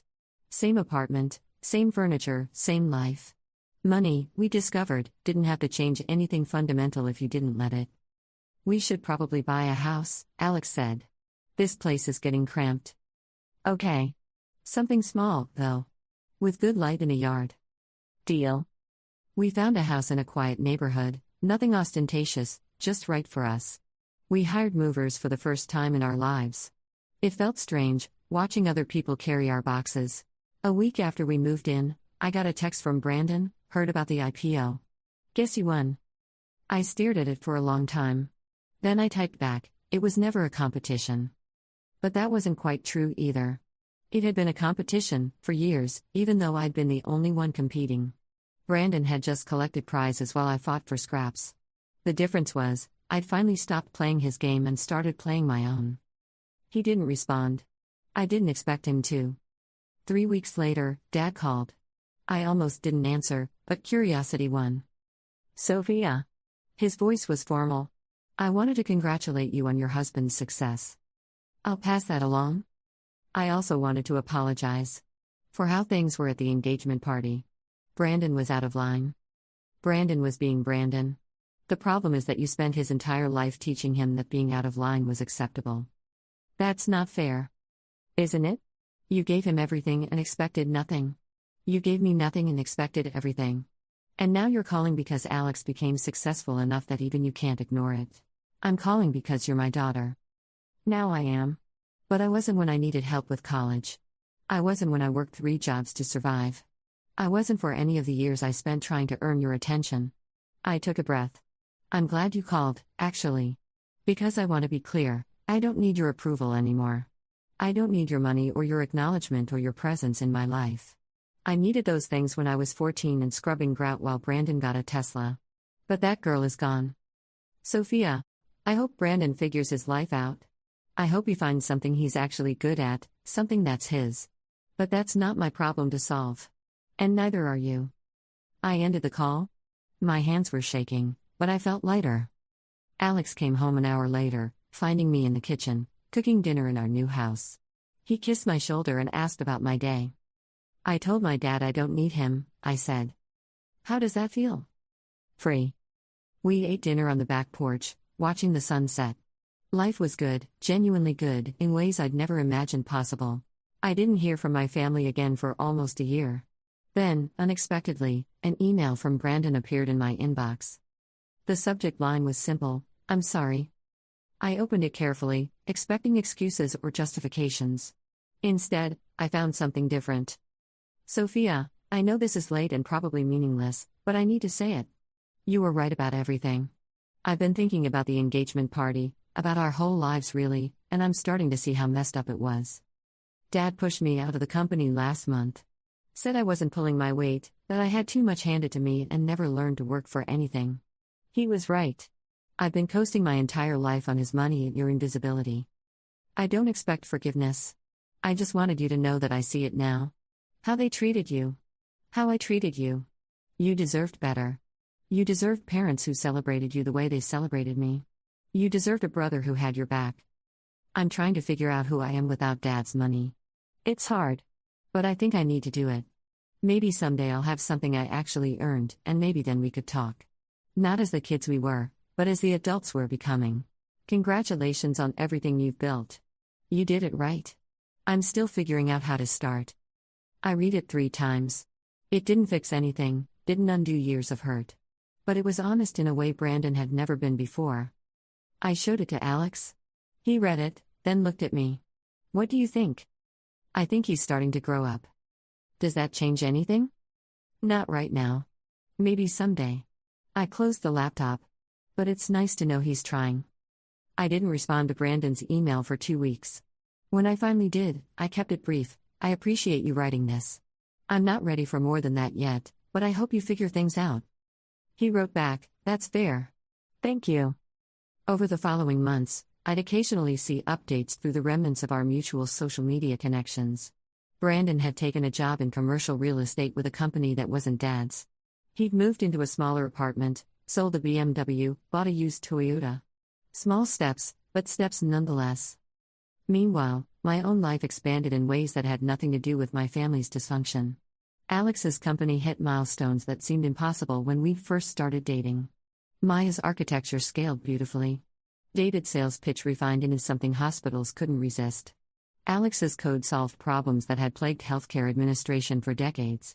I watched him work late into the night sometimes, his face illuminated by his laptop screen, debugging issues that affected real people's lives. A claim processed faster meant a family didn't face bankruptcy. An error caught automatically meant a patient got the treatment they needed without months of appeals. You're changing lives, I told him once. We're trying, he said. Mostly we're just solving really complicated problems and hoping we're making things better. The company's success brought changes neither of us had fully anticipated. Reporters wanted interviews. Industry conferences invited Alex to speak. Healthcare executives who'd ignored their emails a year earlier now returned calls within hours. Through it all, he stayed himself. Still drove the Subaru, even after David and Maya both upgraded their cars. Still lived with roommates, though they could all afford their own places. Still wore the same conference t-shirts and forgot to comb his hair. Why change what works? He'd say when I teased him about it. When the company went public, the attention intensified. Business magazines ran profiles. Tech blogs analyzed their strategy. Healthcare journals praised their innovation. Alex did the interviews because he had to, but he hated every minute of the performance. I just want to write code, he complained one evening, loosening his tie after yet another media appearance. All this talking about what we're doing instead of actually doing it. You're inspiring other people to build things that matter, I pointed out. That's valuable too. I guess. Still hate the tie, though. We never did have a relationship, not really. Brandon and I were too different, shaped by too many years of inequality. But we exchanged occasional emails, brief updates. He got a job at a different company, started over at the bottom. Found an apartment he could actually afford. Went to therapy. Mom and Dad I never spoke to again. They'd made their choices, and I'd made mine. Sometimes you have to let people go, even family, especially family that only caused pain. Alex's company continued growing, expanding into new areas of healthcare technology. We donated significant money to scholarship programs for first-generation college students. We funded initiatives for kids in situations like mine, smart and driven but without support systems. I stayed at my company for 2 more years, then moved to a cybersecurity firm doing work I found meaningful. I didn't need to work, technically, but I wanted to. Building my career had been about more than money. It had been about proving, mostly to myself, that I had value independent of my family's judgment. The cybersecurity work satisfied something deep within me. I was protecting systems, finding vulnerabilities before bad actors could exploit them. Each threat I identified, each patch I implemented, represented someone's data staying safe, some company's infrastructure remaining secure. There was clarity in it, definitive right and wrong in a way my childhood had never provided. My new colleagues were sharp and focused, people who understood that security wasn't optional or secondary but fundamental. We worked in teams, testing systems and breaking into our own infrastructure to find weaknesses. I was good at thinking like an attacker, at anticipating how someone might try to breach defenses. "You're paranoid in the best way," my team lead said after I'd identified a vulnerability everyone else had missed. "Never lose that." I wouldn't. Vigilance had been survival for too long to ever fully relax it. We had a daughter 2 years after we married. Emma. We take her to parks and museums. We read to her every night. We tell her she's loved unconditionally, that she doesn't have to earn our attention or affection. Pregnancy had terrified me in ways I hadn't anticipated. Not the physical aspects, though those were challenging enough, but the knowledge that I was about to become someone's parent. I knew exactly what not to do, had a comprehensive map of all the ways parents could fail their children. But knowing what to avoid wasn't the same as knowing what to do right. "We'll figure it out together," Alex had said, his hand on my growing belly. "And we'll do better than what we had." That's the starting point. Emma arrived in spring, small and perfect and demanding.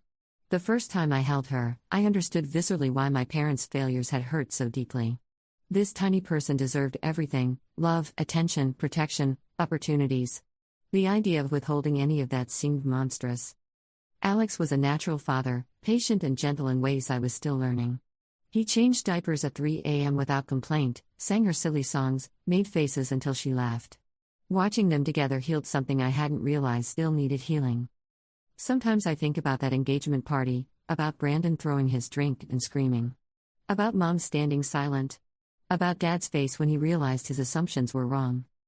I don't feel vindicated exactly. Revenge had never been the point. The point had been survival, then building something better, then finally recognizing my own worth independent of their judgment. Brandon's meltdown had simply been the moment when all of that became undeniable. When the careful lies they told themselves, about treating us fairly, about Brandon deserving his privileges, about me being naturally independent, all shattered at once. The truth is messy and uncomfortable. Some parents play favorites. Some families are fundamentally unequal. Some siblings get everything while others get nothing. And sometimes, the one who got nothing builds something more meaningful than the golden child ever could. I don't know if Brandon ever truly figured himself out. I hope he did. Despite everything, I don't wish him ill. I just wish our parents had loved us both enough to let us both struggle, both succeed, both be fully human instead of playing pre-assigned roles. But they didn't. And so I left, built my own life, found my own family. Alex, Emma, our friends, the life we've created. It's enough. More than enough. On Emma's first birthday, we threw a party in our backyard. 20 people, same crowd that came to the wedding, plus a few parent friends we'd made. Cake, balloons, Emma covered in frosting and delighted about it. Alex found me later, after everyone had gone home, while I was cleaning up. Emma was asleep upstairs, worn out from celebration. "You're smiling," he said. "I am." "Thinking about anything in particular?" I looked around at our home, our life, the family we'd chosen and built. "Just grateful." "For what?" "For all of it. For you. For figuring out that I was enough, all by myself, before I ever met you. For Emma. For the fact that broken things don't have to stay broken." He pulled me close. "You were never broken, Sophia. You were just in the wrong place with the wrong people." Maybe he was right. Maybe I'd always been whole, just waiting for the space to prove it. Either way, I'd found that space. Built that life. Became the person I needed to become. And Brandon? He was somewhere figuring out his own path, finally. Mom and Dad were managing their business and their regrets. None of it was my responsibility anymore. I was free. Finally, completely free. And that, More than any amount of money or success or vindication, was the real victory. Story 3. My family never invited me to holidays because I was adopted. Dad said, blood family only at Christmas. So, when I had my first child, I didn't tell them. They found out on Facebook and still didn't care. But when they found out I inherited $800,000 from my biological mom the same day, they showed up at the hospital demanding to meet their grandchild. I called security and had them escorted out. I called security on my own father in a maternity ward, and I'd do it again. Let me back up. Not too far, because honestly, the beginning doesn't matter as much as you'd think. The beginning was just a little girl trying to understand why Christmas morning felt different at her house. Why Thanksgiving meant watching her adoptive siblings open presents from aunts and uncles while she got a pat on the head and a generic gift card. Why every family photo seemed to have an invisible line drawn around her, like she was photoshopped in later. My adoptive father, Richard, had this thing he'd say when I asked why Grandma didn't send me a birthday card. She's old-fashioned, sweetheart. She just connects more with blood family. He'd ruffle my hair like that explained everything. Like being old-fashioned was the same as being cruel. But this story really starts 3 years ago, when I was 26 and 8 months pregnant with my daughter. I was living in Portland by then, about 2,000 miles from the family that raised me in suburban Michigan. I'd done the math when I turned 18, calculated exactly how far I could reasonably get on a college scholarship and a part-time job. Turned out, pretty far. Far enough that dropping by wasn't casual. Far enough that I could build a life where holiday invitations weren't something I had to pretend not to want. My husband Jake and I had been together for 4 years, married for 2. He knew the broad strokes of my childhood. Knew that phone calls with my family left me quiet and strange for hours afterward. Knew that I flinched a little every December when the first Christmas cards started arriving in our mailbox, none of them from Michigan. He didn't push. That's one of the reasons I married him. When I found out I was pregnant, the question came up naturally. Were we going to tell them? I was standing in our tiny kitchen, morning sickness making the smell of coffee unbearable, holding a positive pregnancy test. Jake had his hand on my shoulder, and I could feel the question in the weight of his palm before he even opened his mouth. I don't know, I said. Which was a lie. I knew. I didn't tell them for 7 months. 7 months of dodging video calls, keeping my social media posts carefully cropped above the belly, telling Jake's parents to please not mention it if they somehow ran into anyone from my side of the family. Which was unlikely, since Jake's parents actually wanted to be in our lives. The calls from Michigan came every few months, like clockwork. My adoptive mother, Susan, would phone on Sunday afternoons, her voice bright and distant, asking how work was going. Not how I was doing. How work was. We'd talk for 12 minutes, maybe 15. She'd mention that my brother Derek got a promotion, or that my sister Amanda's kid made honor roll. Then she'd say she should let me go, she knew I was busy, and we'd hang up. Richard never called. He'd get on the line for 30 seconds at the end of Susan's calls, his voice gruff. How's the weather out there? Good. Good. Well, take care of yourself. Then he'd hand the phone back to Susan for the goodbyes. I gave birth on March 14th. A girl. 7 pounds, 4 ounces. Dark hair, Jake's nose, my stubborn chin. We named her Sophie. The hospital room was dim and warm, machines beeping softly, and I was holding this tiny person who just completely reorganized my understanding of love. Jake was asleep in the chair next to me, his hands still reaching toward the bed like even unconscious he needed to be touching us. And I felt this wave of something I can't quite name. Relief, maybe. Or vindication. I'd done this without them. I built this without needing their approval or their presence or their blood family only nonsense. I took a photo. Sophie's tiny hand wrapped around my finger, her face scrunched and red and absolutely perfect. Posted it to Facebook with a caption, "Welcome to the world, Sophie Marie. Born March 14th, 7:22 a.m. We're so in love." I didn't tag anyone. Didn't send a message. Just posted it, public, and set my phone on the bedside table. 3 hours later, I woke up to 47 notifications. Most were from friends, co-workers, Jake's extended family. Lots of heart emojis and congratulations and offers to bring meals. But there, buried about halfway down, was a comment from my brother Derek. Congrats, I guess. Would have been nice to know before Facebook. That was it. Not congratulations, really. Not excitement. Just a passive-aggressive jab wrapped in 3-word courtesy. Nothing from Susan. Nothing from Richard. Nothing from Amanda. I stared at that comment for a long time, Sophie asleep on my chest, her tiny warmth the only thing keeping me from throwing my phone across the room. Jake woke up, saw my face, asked what was wrong. Nothing, I said. It's nothing. But it wasn't nothing. It was everything I'd expected and somehow still managed to hurt. The inheritance letter came that afternoon.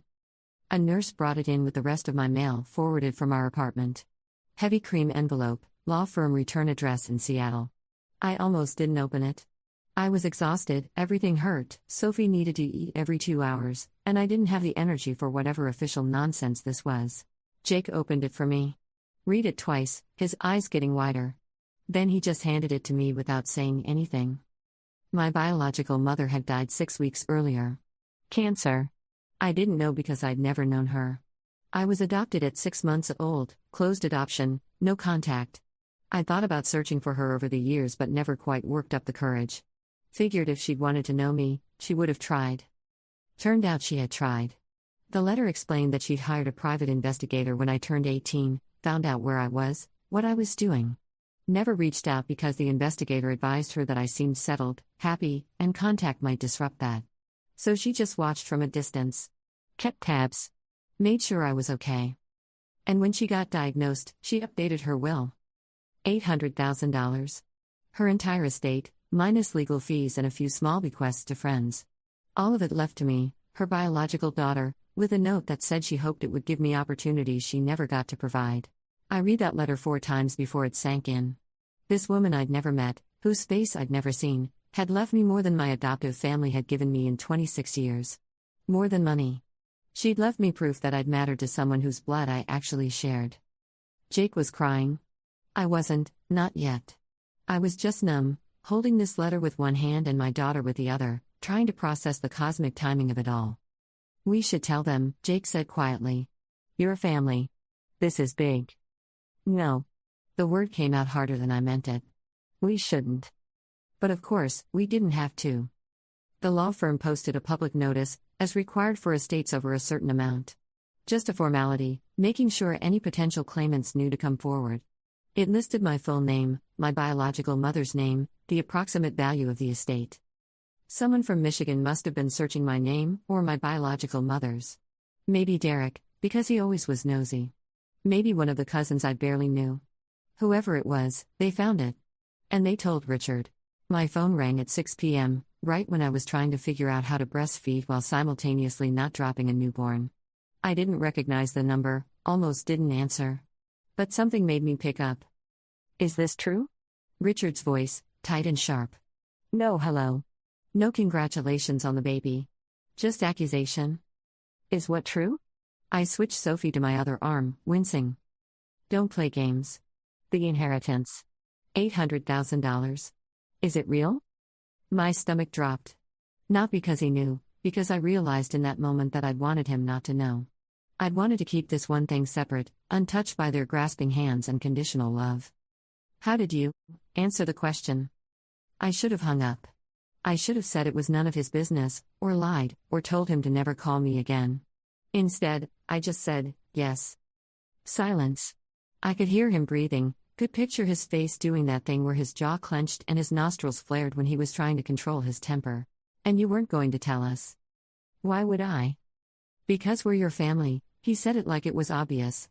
Like the last 26 years of being treated like a guest in their house didn't count. That's a family matter. That kind of money affects everyone. It's my money. For my biological mother. It doesn't affect you at all. Like that baby doesn't affect us? His voice went cold. We had to find out about our grandchild on Facebook. You didn't even have the decency to call. Our grandchild. Not my grandchild.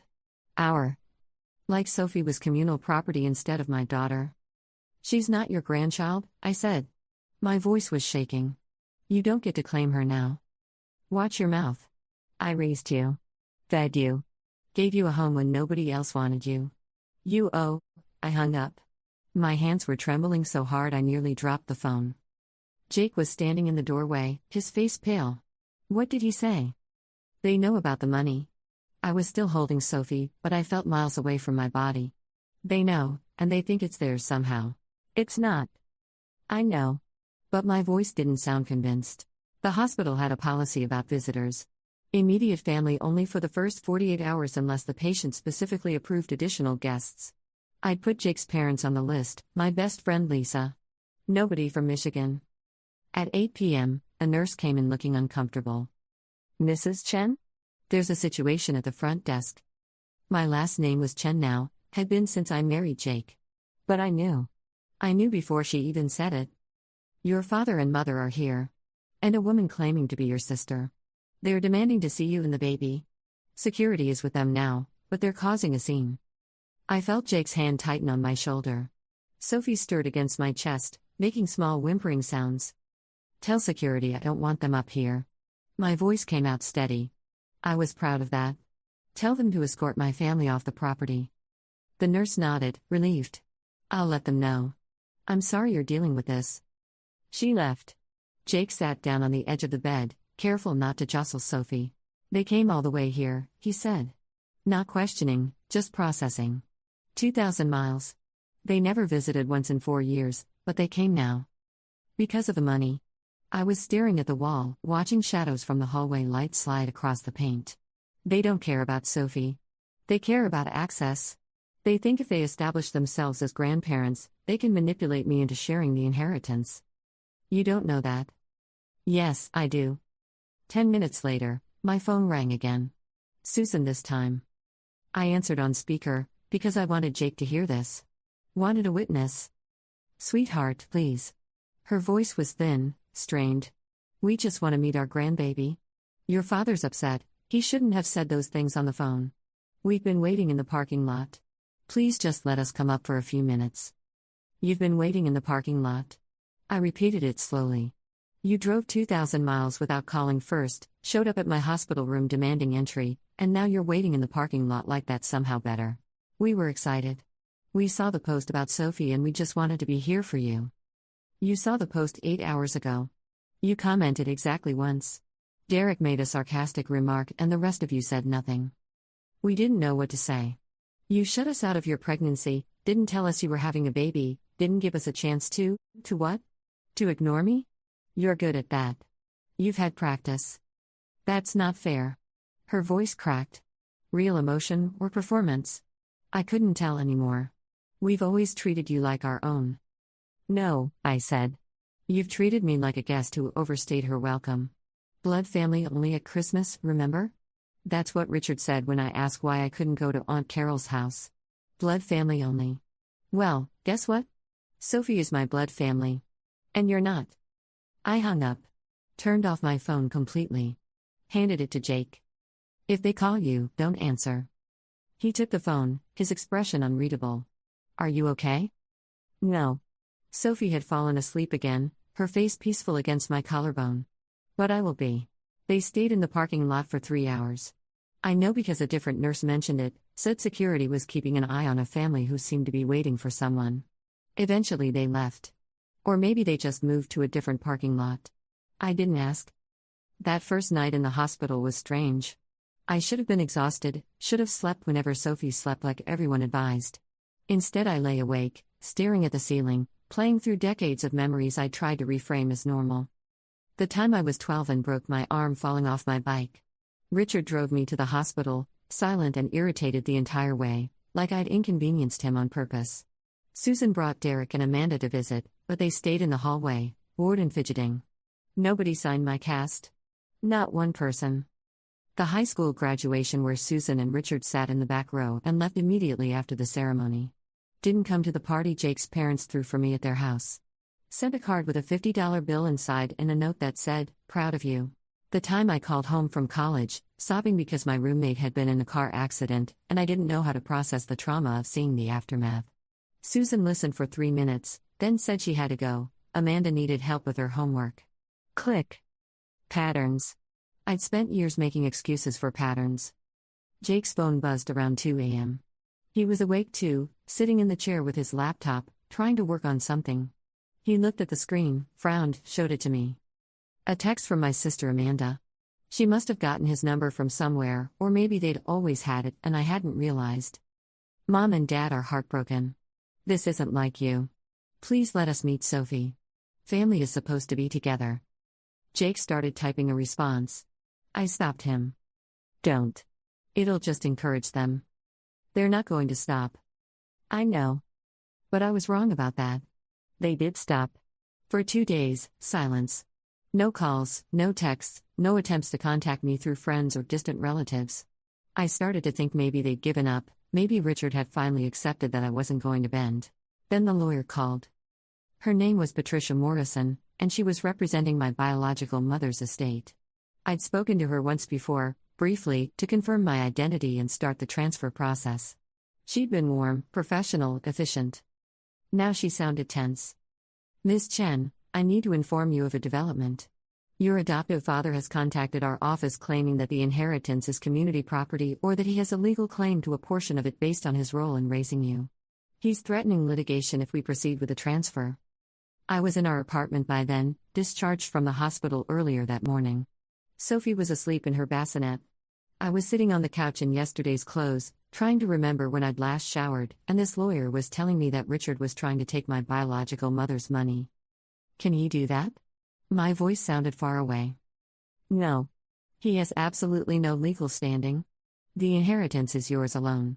But he can file a nuisance lawsuit, tie things up for months, cost you legal fees to defend against something that has no merit. Some people do this hoping you'll settle just to make them go away. He wouldn't. But even as I said it, I knew he would. I'm obligated to inform you of the threat. However, I want to be clear, we've dealt with this type of situation before. If he files, we have grounds for a countersuit for harassment and frivolous litigation. Most people back down when they realize they'll end up paying your legal fees on top of their own. Most people aren't, Richard. Then we'll handle it. I just wanted you to be prepared. After she hung up, I sat there for a long time, staring at nothing.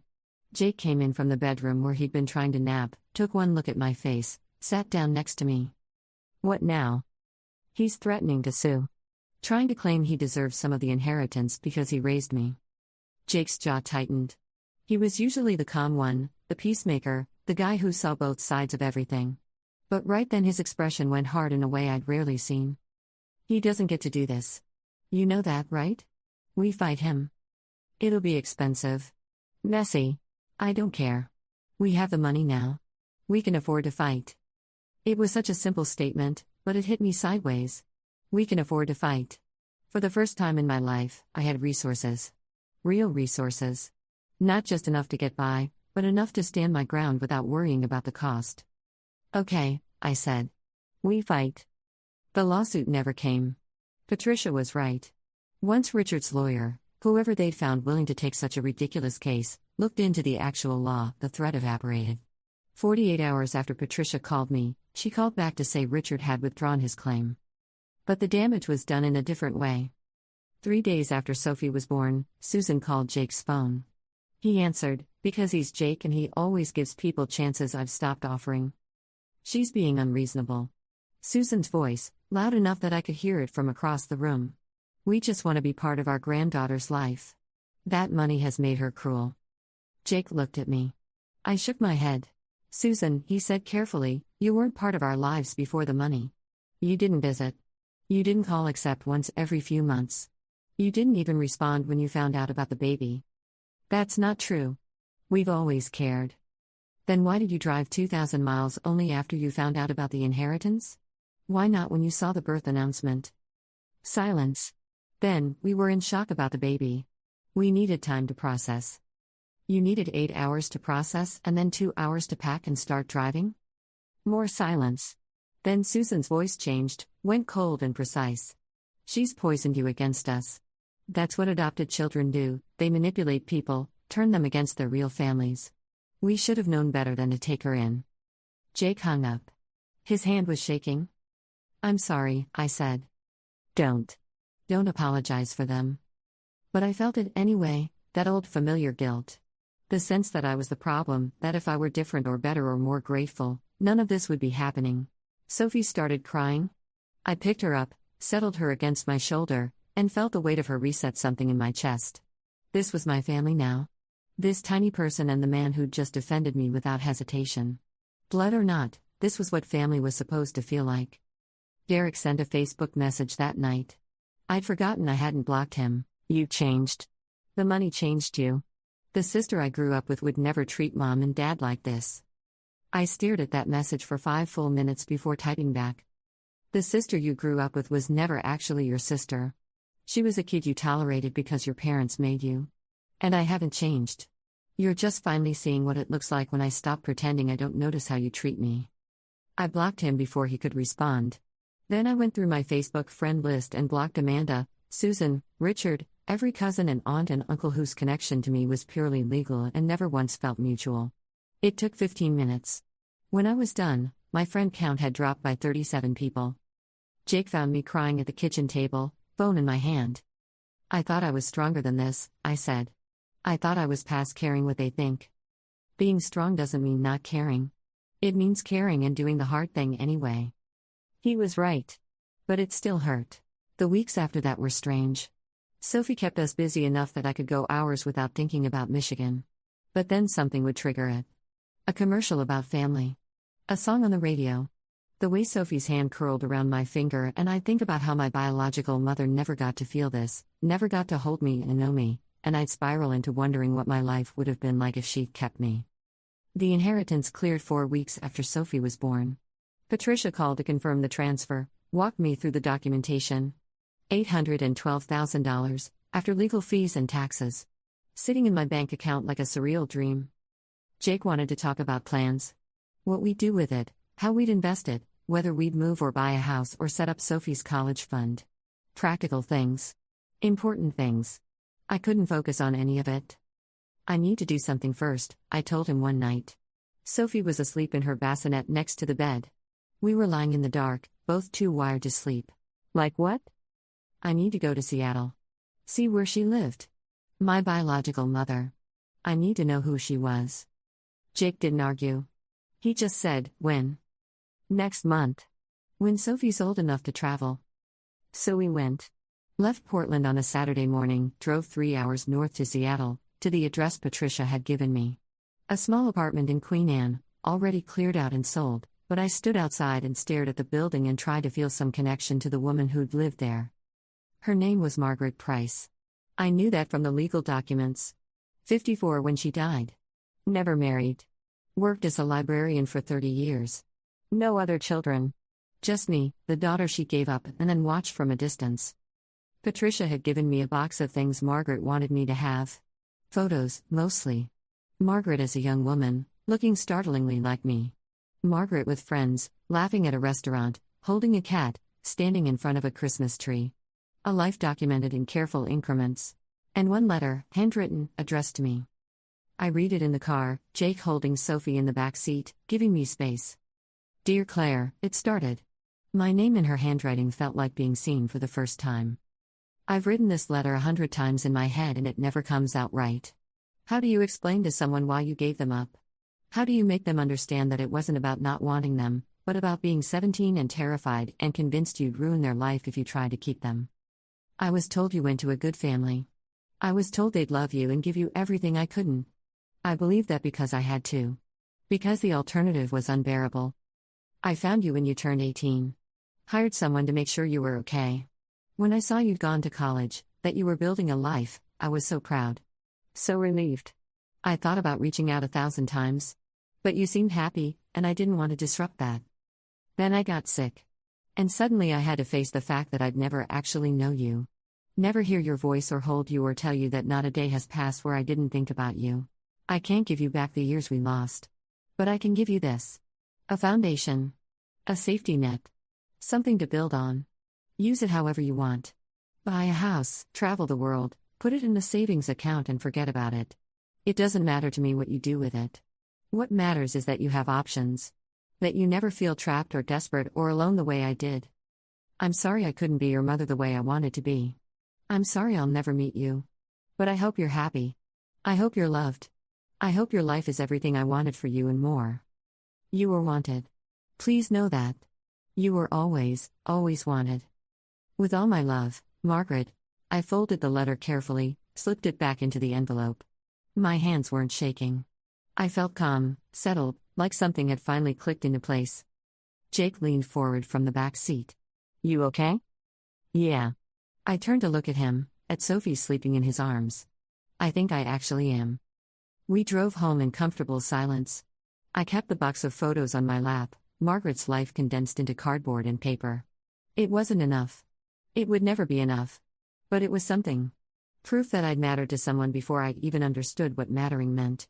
The messages from Michigan continued sporadically for another month. Susan would text every week or so, always some variation of please reconsider or we miss you or Sophie deserves to know her family. I stopped reading them. Just deleted them as they came in. Then Amanda sent a long email. Found my address somehow, probably through an old contact. The subject line was "Can we talk?" The body was 3 paragraphs of how she'd always loved me like a real sister, how she didn't understand why I was pushing everyone away, how mom and dad made mistakes but they tried their best. I almost didn't respond. Almost deleted it like all the others. But something about the phrase real sister caught me wrong. I wrote back one line, "You never loved me like a real sister. You tolerated me like an obligation. There's a difference." She didn't reply. Sophie was 3 months old when the second wave started. Richard must have told extended family about the inheritance, because suddenly I was getting friend requests and messages from people I barely remembered. Second cousins who'd never acknowledged me at reunions. Uncle Tom who'd forgotten my name at every Thanksgiving. Aunt Linda who'd once told me I should be more grateful for being chosen by the family. They all had the same tone. Friendly, casual, wanting to reconnect. Asking about Sophie, about Portland, about how I was doing. Dancing around the real question. I ignored every single one. Jake's mother asked about it once, carefully. We were at their house for dinner, Sophie asleep in a portable crib. They'd been wonderful since she was born. Present, helpful, genuinely excited to be grandparents. The contrast between them and my adoptive family was stark enough to hurt. "Have you heard from your parents?" Jake's mom, Linda, asked. Using parents even though she knew the whole story. Trying to be diplomatic. "They're not my parents," I said. "They were my legal guardians. There's a difference." She nodded, didn't push. Just said, "Well, you always have us. You know that, right?" I did know. That was the strangest part. Having people who actually wanted to be in my life, who showed up without strings or conditions or ulterior motives. It felt foreign enough that I kept waiting for the catch. Sophie started smiling around that time. Real smiles, not just gas reflexes. She'd look up at me with those huge eyes and her whole face would light up, and I'd feel this fierce protectiveness that bordered on rage. Nobody was going to make her feel the way I felt growing up. Nobody was going to treat her like an afterthought or a burden or something to be tolerated. When she was 4 months old, I legally changed my name. Took Jake's last name officially, dropped my adoptive family's name entirely. It felt petty and necessary in equal measure. Claire Morrison was gone. I was Claire Chen now, fully and completely. The name change must have hit some public record somewhere, because Richard called. I'd blocked his number, but he used Susan's phone. I recognized her number, almost didn't answer. But something made me pick up. "You changed your name." His voice, flat and cold. "Erased us completely." "I didn't erase you. I just stopped pretending we were something we're not." 26 years. We raised you for 26 years, and this is the thanks we get? You want thanks? For what? For making me feel like a charity case my entire childhood? For excluding me from family events? For showing up at my hospital room only after you found out about money that has nothing to do with you? We gave you a home. You gave me a room and food and clothes. That's not the same as a home. He was quiet for a moment. Then, "You'll regret this. When you're older and Sophie asks about her grandparents, you'll regret cutting us out." Sophie will have grandparents. Jake's parents. People who actually want to be in her life. No. You want access to my inheritance. You want to feel like you're owed something. That's not the same as wanting to know my daughter. I hung up. Blocked Susan's number too. Sat on the couch with Sophie on my lap, feeling the weight of burned bridges and not quite sure if I was relieved or terrified.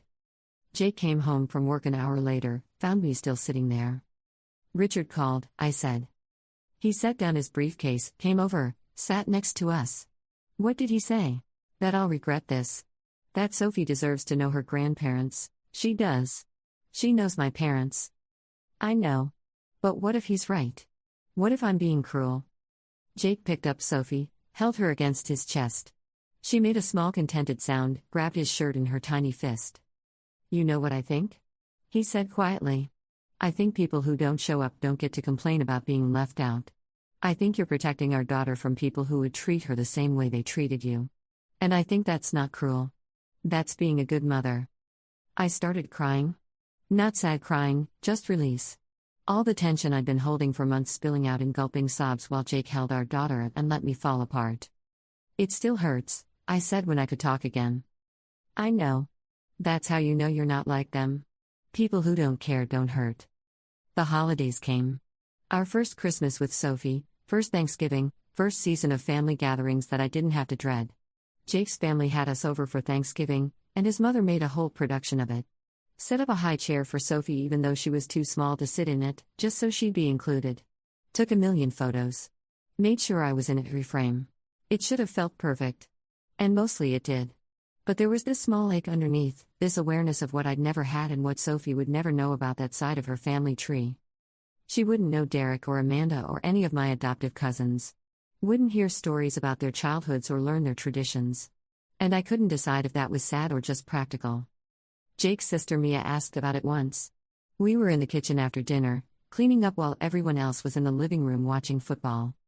Do you think you'll ever let them meet her? She asked. Your adoptive family, I mean. No. Not even when she's older? When she can decide for herself. I was scrubbing a dish, my hands moving automatically. If she wants to find them when she's 18, I won't stop her. But I'm not going to facilitate a relationship with people who made me feel worthless my entire childhood. Mia nodded slowly. That makes sense. I just wondered if you ever think about it. Every day, I admitted. But thinking about it doesn't change what's right. Richard sent a Christmas card. It arrived 3 days before Christmas, addressed to Sophie Chen, no mention of Jake or me. Inside was a photo of their family, all of them smiling, gathered around a Christmas tree. Derek's family, Amanda's family, Susan and Richard in the middle looking proud. And a note, Sophie, we're your grandparents. We love you even though your mother won't let us meet you. When you're old enough to understand, we hope you'll reach out. You have family in Michigan who wants to know you. I stared at that card for a long time. The manipulation of it. The way they'd framed it as my cruelty instead of their absence. The attempt to plant seeds for future conflict. Jake found me standing at the kitchen counter, card in my hand. Throw it away, he said gently. They sent it to Sophie. Addressed it to her. She's 6 months old. She can't read. He took the card, looked at it, shook his head. This is for you, not her. They're trying to make you feel guilty. It's working. He put the card in the recycling bin, pulled me into a hug. You're allowed to feel guilty. But you're not going to change your mind. Because you know this is right. He was right. But it didn't make it easier. New Year's came. Sophie was 7 months old, starting to sit up on her own, babbling constantly. We stayed home, just the three of us, watched the ball drop on TV while she slept between us on the couch. It was quiet and perfect and everything I'd never known I wanted. At midnight, my phone buzzed. A text from a number I didn't recognize. This is Amanda. I got a new number because you blocked my old one. I need you to know that what you're doing is wrong. Mom is devastated. Dad won't talk about it, but I can tell he's hurt. Derek thinks you're being vindictive. And you know what? Maybe they did mess up when you were a kid. But they're trying now. They're trying to be better. And you won't even give them a chance. I showed it to Jake. He read it, sighed. Do you want to respond? No. I deleted the message, blocked the number. I'm done explaining myself to people who refuse to understand. But Amanda's message stayed with me. The accusation that I wasn't giving them a chance to be better. The implication that I owed them forgiveness simply because they were family. I thought about that a lot over the next few weeks. Turned it over in my mind while I was feeding Sophie or folding laundry or lying awake at night. Did I owe them a chance? Did refusing contact make me as bad as they've been? I talked to a therapist about it. First time in my life I'd ever gone to therapy, but between the inheritance and new motherhood and everything with my family, I figured it was time. Her name was Dr. Sarah Cho, and she listened to the whole story without interrupting once. When I finished, she asked, do you think they've changed? Or do you think they want access to you now because the circumstances have changed? The circumstances, I said immediately. Then you're not denying them a chance to be better. You're protecting yourself and your daughter from people who've demonstrated repeatedly that their care is conditional. It helped, hearing someone else say it. Made it feel less like cruelty and more like self-preservation. Sophie was 9 months old when Susan showed up in Portland. Just appeared at our apartment building one afternoon, buzzed our unit, asked if we could talk. I looked at the intercom screen, saw her standing there with her purse clutched tight, her face older than I remembered. And I felt nothing. No anger, no sadness. Just a dull recognition. "No," I said into the intercom. "Go home, Susan. Please. 5 minutes. I came all this way. I didn't ask you to. I'm your mother." "No. You're not." I turned off the intercom. Watched on the screen as she stood there for another minute, then 2. Finally she walked away, shoulders slumped, looking smaller than I'd ever seen her. Jake was holding Sophie in the living room. He'd heard the whole exchange. "You okay?" he asked. "Yeah. I think I am." And I was. Something had shifted. The guilt that had been dogging me for months had loosened its grip. I'd set a boundary and held it, and the sky hadn't fallen. Susan had left. Life continued. That night I took out Margaret's letter again, read it for the 100th time. "You were wanted. Please know that. You were always, always wanted." I had been wanted. By her, by Jake, by his family, by friends who'd never questioned my worth. The people in Michigan had never wanted me. They'd accepted me out of obligation and discarded me the moment I stopped being convenient. I put the letter back in its envelope, filed it carefully with the other documents I was saving for Sophie. Someday I'd show her these things. Tell her about the biological grandmother she never met and the adoptive family she'd never know. Let her ask questions and feel whatever she needed to feel about it. But for now, she was asleep in her crib, safe and loved and surrounded by people who'd chosen to be in her life. That was enough. We bought a house 6 months later. Used part of the inheritance for the down payment, picked a place in a good neighborhood with a yard for Sophie to play in eventually. 4 bedrooms, office space for Jake, a finished basement I turned into a playroom. It felt impossibly luxurious. Growing up, my room had been the smallest bedroom, the one that shared a wall with a noisy garage. Jake and I had lived in apartments our entire relationship, always too cramped, always worrying about thin walls and noise complaints. And now we had this space. This permanent, beautiful space that was ours. The day we moved in, Jake's parents came over with champagne and takeout. We toasted to new beginnings while Sophie crawled around on the empty living room floor, delighted by all the space. "Your mother would be proud," Jake's mom said quietly, pulling me aside while the guys were debating where to put the couch. "Your biological mother, I mean. She'd be proud of what you've done with her gift." I hadn't thought about it that way.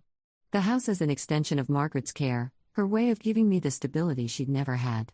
It made me cry right there in my empty kitchen, Jake's mom hugging me while I sobbed into her shoulder. "Thank you," I managed eventually. "For being here. For being Sophie's grandmother. For being what they never were." "Oh honey," she said, squeezing tighter. "It's not hard to love you. I don't know why they couldn't figure it out." That became my answer, eventually. When people asked why I'd cut off my adoptive family, why I wouldn't give them another chance, why I was being so harsh. It's not hard to love someone.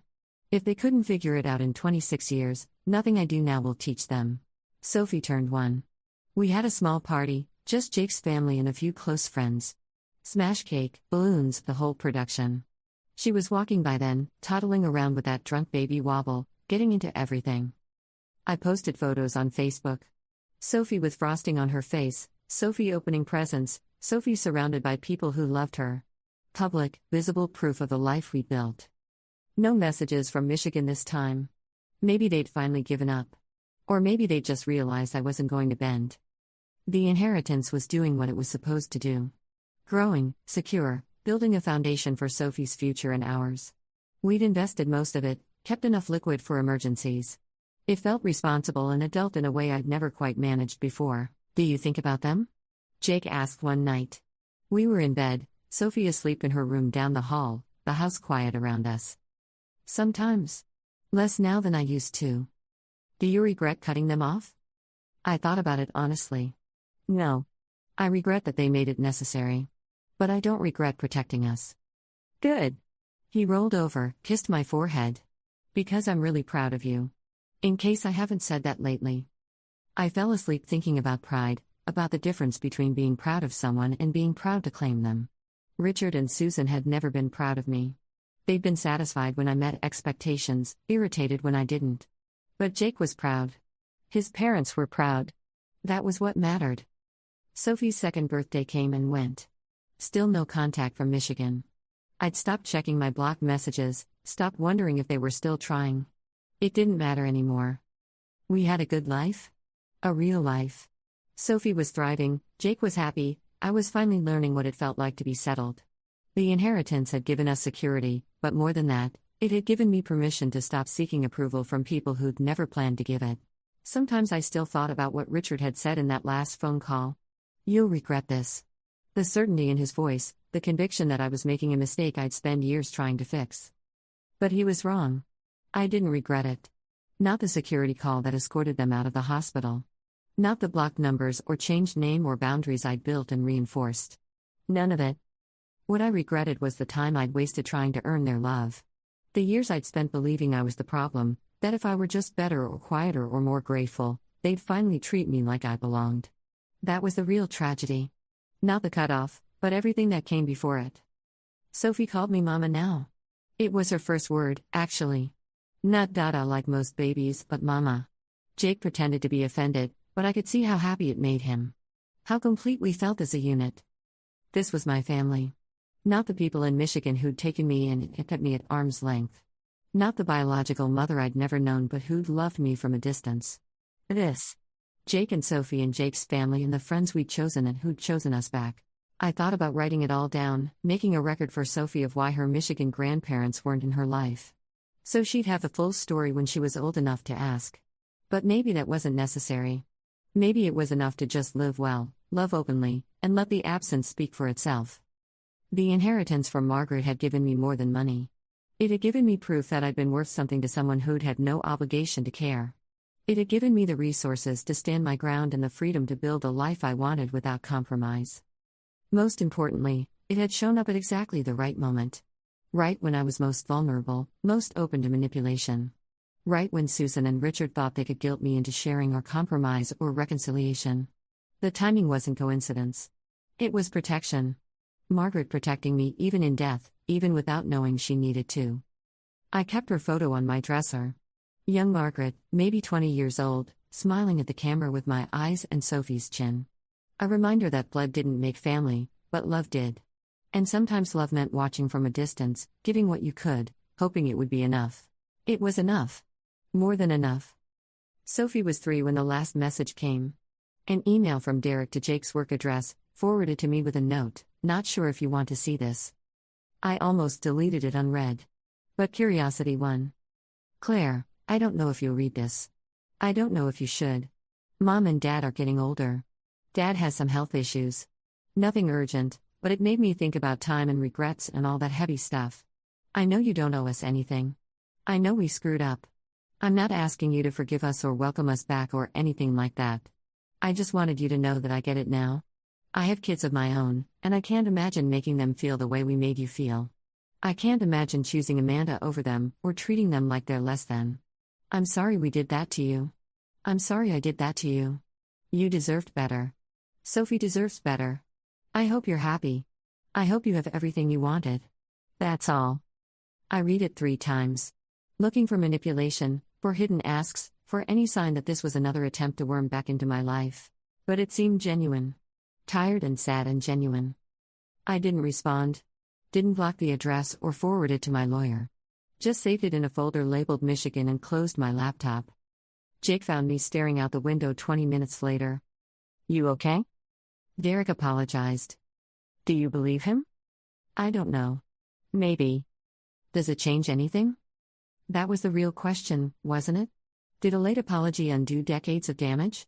Did Derek's belated understanding make the hurt less real? "No," I said finally. "It doesn't change anything." Jake nodded. "Okay. Just checking." But it did change something, actually. Not the boundaries, not my decision. Just my understanding of it. They were capable of growth, of reflection. They just hadn't been capable of it when I needed them to be. That wasn't my fault. That was never my fault.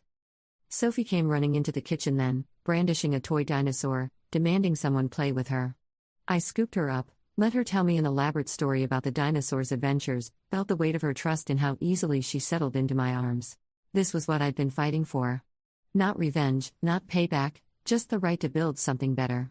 The right to protect my daughter from the damage that had been done to me. The right to say no to people who'd only ever given me half measures. The security guards who'd escorted Richard and Susan out of the hospital that day had given me that right. They'd respected my boundary without question, without making me explain or justify. They treated me like my decision mattered. That moment in the hospital was the beginning of everything. The first time I'd chosen myself and my child over people who'd never chosen me. The first time I'd recognized that I had power, that I didn't have to accept whatever scraps they offered.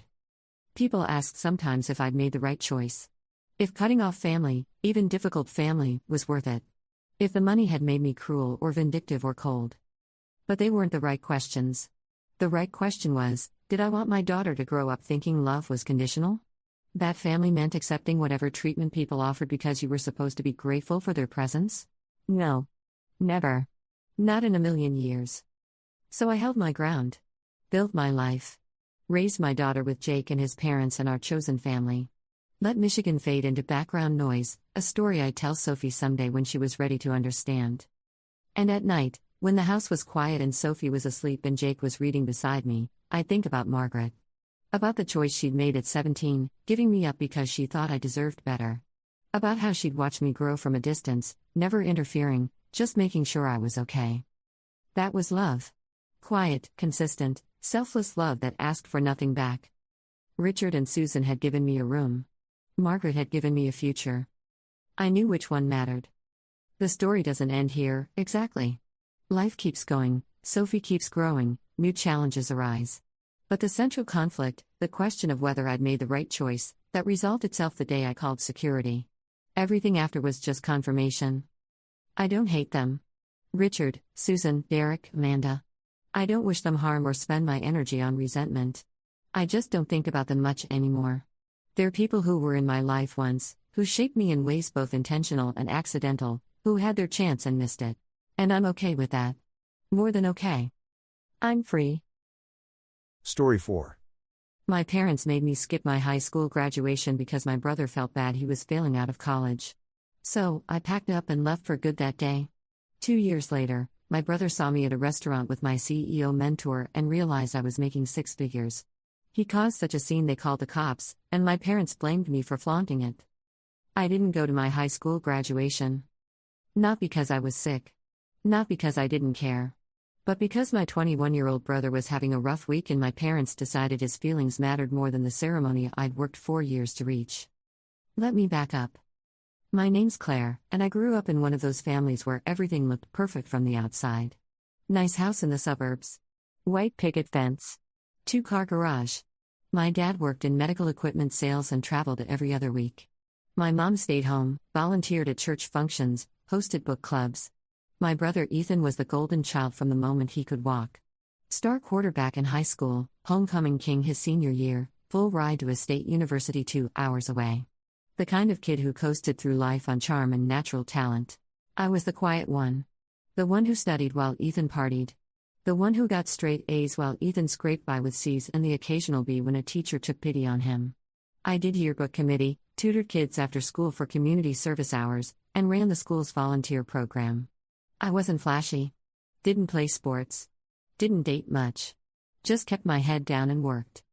Senior year, I graduated with a 4.2 GPA. I'd gotten early acceptance to 3 universities, including my top choice. I was valedictorian. I'd written my speech, revised it 12 times, practiced it in front of my mirror until I could recite it in my sleep. My best friend Mara and I had picked out matching nail polish. We had plans to take photos together before the ceremony, hit up the diner afterward with a group of friends, stay up all night talking about college. I was excited. More excited than I'd been about anything in years. The week before graduation, Ethan came home. He showed up on a Tuesday afternoon, unannounced. Just walked through the front door with 2 duffel bags and a trash bag full of dirty laundry. My mom was in the kitchen when he arrived. I heard her gasp, heard the sound of something dropping and shattering on the tile floor. "Ethan? What are you doing here?" "I'm done," he said. Flat. No emotion in his voice. "Done with what?" "School. I'm out." It took a full day for the whole story to come out. Ethan hadn't just dropped out. He'd been expelled. Failed 3 classes his junior year, put on academic probation, then proceeded to fail 2 more his senior year. When he got caught cheating on a midterm, copying answers from someone's phone in the bathroom, that was it. The university gave him the boot. My parents were devastated. My mom cried for 3 days straight. Not quiet crying. Full-on sobbing that I could hear through the walls at night. My dad didn't speak. Just sat in his office with the door closed, staring at his computer screen. The house felt like someone had died. Ethan, meanwhile, set up camp on the living room couch. He played video games from the moment he woke up until 3 or 4 in the morning. Ordered takeout with my parents' credit card. Left dishes everywhere. Didn't shower. Didn't shave. Didn't do anything except exist in this fog of self-pity and rage. He was angry. Angry at his professors for having it out for him. Angry at his roommate for being too loud and keeping him from studying. Angry at the girl he'd been seeing for breaking up with him. Angry at the university for ruining his life over one stupid mistake. Never mind that it was his 5th or 6th stupid mistake. Never mind that he'd had every opportunity to turn things around and chose not to. The day before my graduation, I was in my room. I'd laid out my dress on the bed. White, simple, with a delicate lace collar. I'd saved up for months to buy it. My cap and gown were hanging on the back of my door. I was running through my speech one more time, whispering the words under my breath, when my mom knocked. "Claire, honey. Can we talk?" Something in her voice set off alarms in my head. "Sure," I said. She came in and closed the door behind her. Sat on the edge of my bed. Her hands were shaking. "It's about tomorrow." I felt my stomach drop. "What about tomorrow?" "Ethan's really struggling right now. He's in a dark place. And your dad and we're worried about him." "Okay," I said slowly. "We think it might be best if we didn't go to the ceremony." I stared at her. "What?" "Seeing you graduate, being valedictorian, giving a speech in front of everyone, it's just going to make him feel worse. Like a failure. We don't want to trigger him." "Trigger him?" "He's already so fragile. If we make a big deal about your achievements right now, when he's at his lowest point, it could push him over the edge." I couldn't breathe. "Mom, this is my graduation." "I know, honey. I know. But it's just a ceremony. You'll still graduate. The diploma will come in the mail. You don't need to walk to make it official." "I want to walk." "I understand that. But right now, we need to think about what's best for the family. And what's best is supporting your brother through this difficult time." "By skipping my graduation?" "By not rubbing his failure in his face," she said. Her voice had an edge to it now. "Claire, he's your brother. Don't you care about him?" "Of course I care about him." "Then do this for him. Please." My dad came in then. He must have been listening outside the door. "Your mother's right," he said. "Family comes first. Ethan needs us right now. This ceremony, it's just pageantry. It doesn't mean anything in the long run." "It means something to me." "Then you're being selfish," he said it like a fact. Not an accusation. Just a simple statement of truth. "Your brother is in crisis. You're fine. You're going to college. You have your whole life ahead of you. One ceremony won't change that." I felt tears prickling behind my eyes. "So I'm just supposed to not go?" "We'll celebrate at home," my mom said quickly. "Just us. We'll make your favorite dinner. Get a cake. Take pictures. It'll be nice. Intimate." "What about my speech?" "We'll call the school. Tell them you're sick. They'll have someone else read it." "Someone else?" "Or they'll skip it. It doesn't matter. It doesn't matter." Those words echoed in my head. "Please, Claire," my mom said. She reached for my hand. "Don't make this harder than it has to be. If you go tomorrow, Ethan will feel like we're choosing you over him.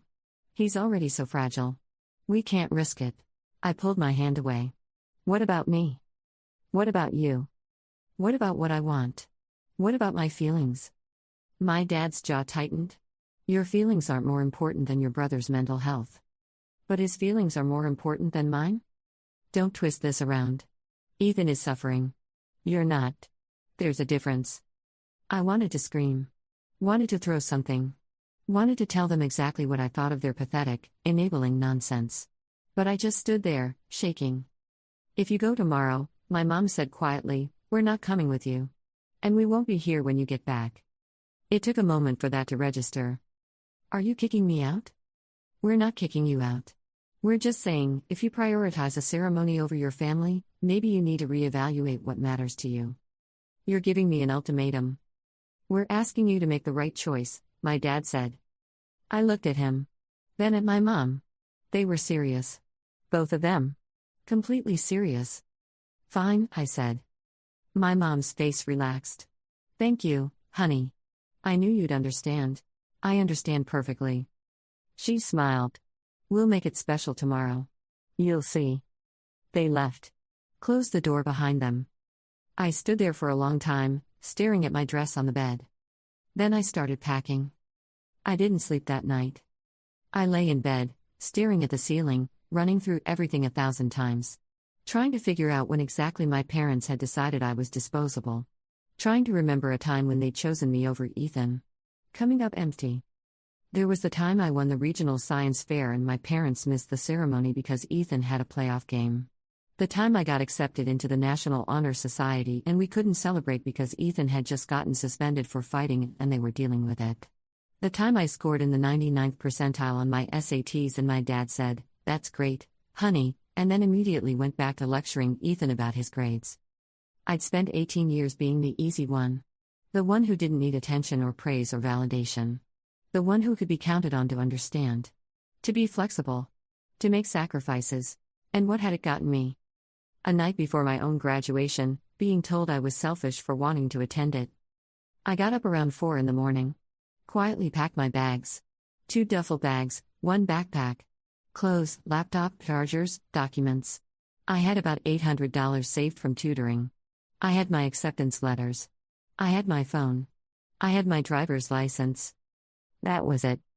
I left a note on my desk. Short. Simple. I'm going to my graduation. Don't wait up. Then I walked out. The house was dark. Silent.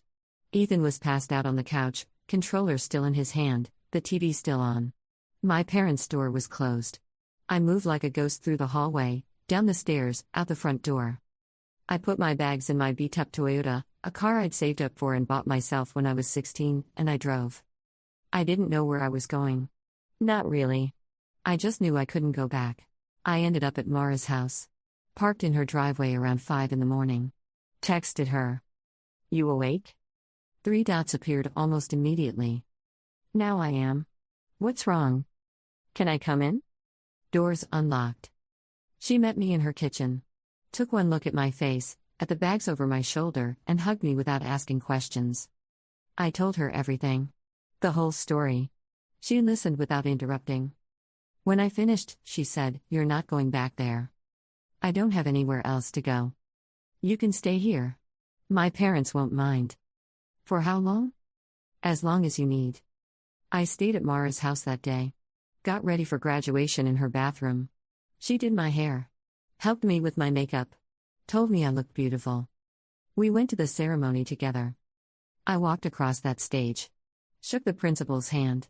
Accepted my diploma. Gave my speech. My voice shook the whole time, but I got through it. Talked about resilience. About choosing your own path. About not letting anyone else define your worth. I didn't see my parents in the crowd. Because they weren't there. Mara's parents were, though. They cheered for me. Took photos. Hugged me afterward. Told me they were proud. It should have felt like a victory. It felt like mourning. I stayed with Mara for 2 weeks. Her parents were saints. They didn't ask questions, didn't push. Just gave me space and made sure I was eating. My parents called 6 times the day after graduation. I didn't answer. They left voicemails. My mom crying, asking where I was. My dad saying I was being immature and needed to come home so we could talk about this like adults. I didn't respond. They showed up at Mara's house on day 3. I watched from the upstairs window as my mom talked to Mara's mom on the porch. Saw her crying. Saw her gesturing wildly. Saw Mara's mom shaking her head, calm but firm. When she came back inside, she just said, "I told them you're safe and you'll reach out when you're ready." What did they say? Your mom said you're making a mistake. I told her the only mistake was theirs. My parents stopped coming after that. Ethan never reached out at all. After 2 weeks, I knew I couldn't keep imposing on Mara's family. I needed a plan. I had a friend from yearbook, Lisa, whose older sister lived in the city about an hour away. I'd met her a few times. She was 23, working as a graphic designer, renting a small 2-bedroom apartment. I sent her a message explaining my situation. She responded within an hour. "You can stay here. Rent's $300 a month. You good with that?" I was. I moved in that weekend. The apartment was small. 1 bathroom, a galley kitchen, a living room barely big enough for a couch. My room had space for a twin bed and a dresser, and that was it. But it was mine. My space.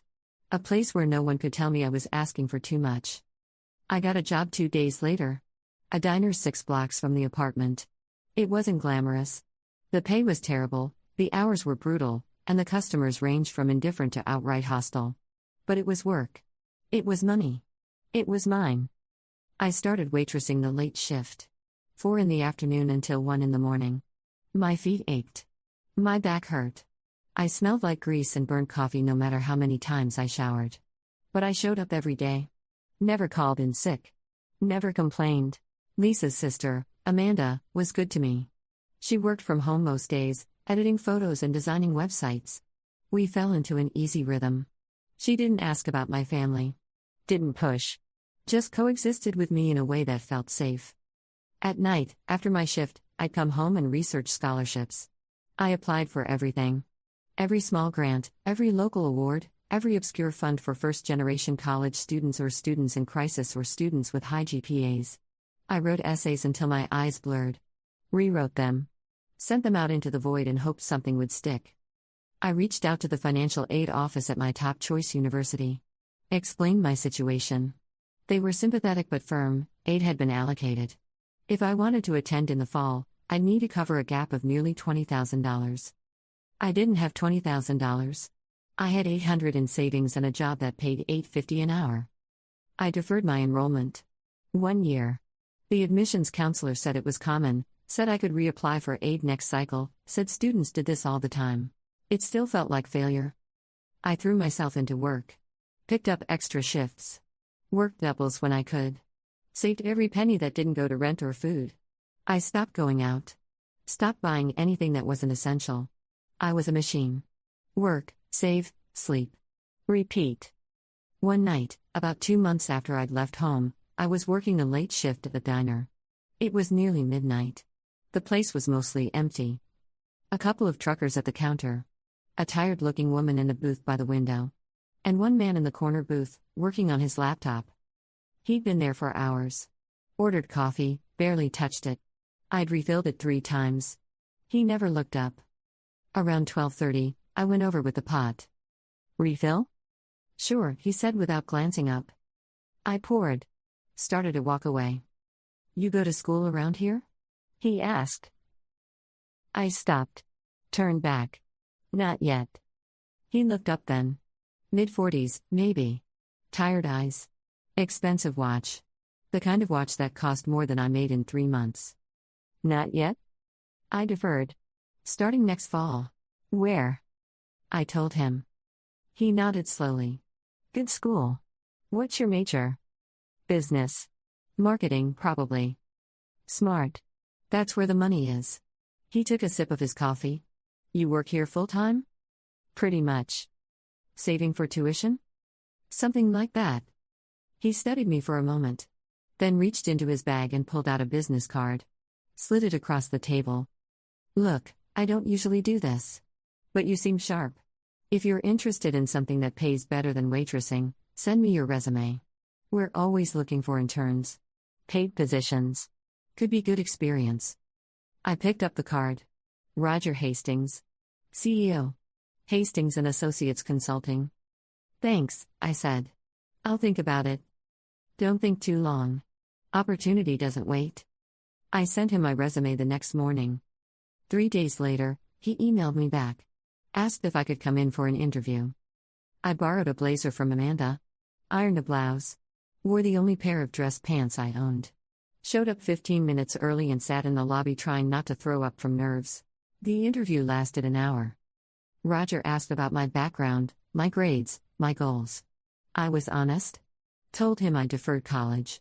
Told him I was working to save money. Didn't mention my family. Didn't mention why I'd left home. Just focused on what I wanted, to learn, to work, to build something. He offered me the job at the end of the interview. Entry level. Administrative assistant. $35,000 a year. It was more money than I'd ever seen. I started the following Monday. The work was grunt work at first. Filing. Organizing schedules. Sitting in on meetings and taking notes. Answering phones. Getting coffee. The kind of tasks that would have felt demeaning if I wasn't so desperate for structure and stability. But I didn't complain. I showed up early. Stayed late. Learned the names of every client, every project, every employee. Asked questions. Took initiative. Volunteered for things no one else wanted to do. Roger noticed. After 3 months, he started giving me more responsibility. Asked my opinion during strategy meetings. Let me draft emails to clients. Put me in charge of organizing a major pitch presentation. I worked 16-hour days on that presentation. Double-checked every slide, every number, every word. It was perfect. We won the contract. Roger called me into his office the day after. You did good work on that pitch, he said. Thank you. I'm moving you to the marketing team. Junior associate. You'll be managing smaller accounts to start. Salary's going up to 45. Sound good? I nearly cried. Yes. Thank you. Don't thank me. You earned it. I moved into a new apartment 6 months after I started at Hastings & Associates. A studio. Small, but mine. I bought furniture slowly. A couch from a thrift store. A desk I assembled myself. A real bed frame that I saved up 3 months for. Plants for the windowsill. Art for the walls. I built a life, piece by piece. I enrolled in night classes at a community college. 2 classes a semester. It was all I could manage with my work schedule. But it was progress. Roger found out and offered to reimburse my tuition. Said the company had a continuing education fund. I cried when he told me. You don't have to do this, I said. I know. But you're good at what you do. And I don't want to lose you because you're burning out trying to pay for school. By the end of my first year at the company, I was making $60,000. I'd been promoted twice. Managed 3 accounts. Had my own office. It was small, barely bigger than a closet, but it had my name on the door. I didn't talk to my parents during any of this. They tried, at first. Birthday cards. Text messages. Voicemails that went from angry to pleading to resigned. My mom sent a long email on Christmas about how much they missed me, how they were sorry, how they wanted to work things out. My dad sent a shorter email 2 days later saying I was being stubborn and immature, but they'd be there when I was ready to apologize. Apologize? For what? For having the audacity to attend my own graduation? For refusing to make myself small so Ethan wouldn't feel bad? I deleted everything. Ethan never reached out. Not once. I turned 20. Then 21. I kept working. Kept studying. Kept building. Roger became more than a boss. He was a mentor. Not in some cheesy, movie plot way. He didn't take me under his wing because he felt sorry for me. He just recognized work ethic when he saw it. And he rewarded it. He taught me how to negotiate. How to read clients. How to pitch ideas in a way that made people feel like they'd thought of them first. He brought me into high-level meetings. Introduced me to people who could open doors. Trusted me with bigger and bigger responsibilities. By 22, I was making $85,000 a year. By 23, over 100. I was managing a team. Closing deals. Traveling to client sites. Living a life I'd built entirely on my own terms. And then one night, it all came crashing back. It was a Thursday in late September. Roger had invited me to a client dinner at an upscale restaurant downtown. The kind of place with cloth napkins and a wine list thicker than the Bible. We were celebrating. The firm had just closed a massive contract with a tech company, and I'd been the lead on the pitch. Roger wanted to take the team out. Me, 2 senior associates, and him. I'd bought a new blazer for the occasion. Navy blue, perfectly tailored. I wore it with a white blouse and black slacks. My hair was done. I felt good. Confident. Like I'd finally made it. We arrived at 7. The restaurant was beautiful. High ceilings, dim lighting, soft jazz playing in the background. We ordered appetizers and settled into the kind of easy conversation that comes from shared success. Halfway through the appetizers, I saw them. My parents. My brother. Sitting at a table near the windows. My stomach dropped so fast I thought I might be sick. I hadn't seen them in over 2 years. My mom looked older. Thinner. Lines around her eyes I didn't remember. My dad had more gray in his hair. Ethan looked the same. Same cocky posture. Same expensive sneakers he almost certainly hadn't paid for. I froze. Roger noticed immediately. You okay? Yeah, I said, too quickly. I just thought I saw someone. Someone you know? Not anymore. He frowned but didn't push. I tried to focus on the conversation. Tried to ignore them. But my eyes kept drifting over. And then, inevitably, my mom looked up. She saw me. Her face went white. She said something to my dad. He looked over. His expression didn't change. Just that same flat disapproval I remembered. Ethan was on his phone. Hadn't noticed yet. I turned back to Roger, tried to keep talking, but my hands were shaking under the table. My heart was hammering so hard I thought everyone could hear it. A few minutes later, I excused myself to the restroom. I stood in front of the mirror, gripping the sink, trying to breathe. My face was pale. I looked terrified. Pull it together, I told myself. You don't owe them anything. You don't have to talk to them. Just get through dinner and leave. When I came back to the table, my mom was standing there. She'd walked over. Roger looked confused. My colleagues looked uncomfortable. Everyone at nearby tables had gone quiet. Claire, my mom said. Her voice was tight. Sharp. We need to talk. I'm in the middle of a dinner, I said. It'll just take a minute. No. Her face twisted. You can't just ignore us forever. I'm not ignoring you. I'm busy. Too busy for your own mother? For your family? Roger stood. Ma'am, I think. Who are you? My mom snapped. Her eyes flicked over him. Over his suit, his watch. Roger Hastings. Claire's boss. She laughed. It was a bitter, ugly sound. Her boss. Of course.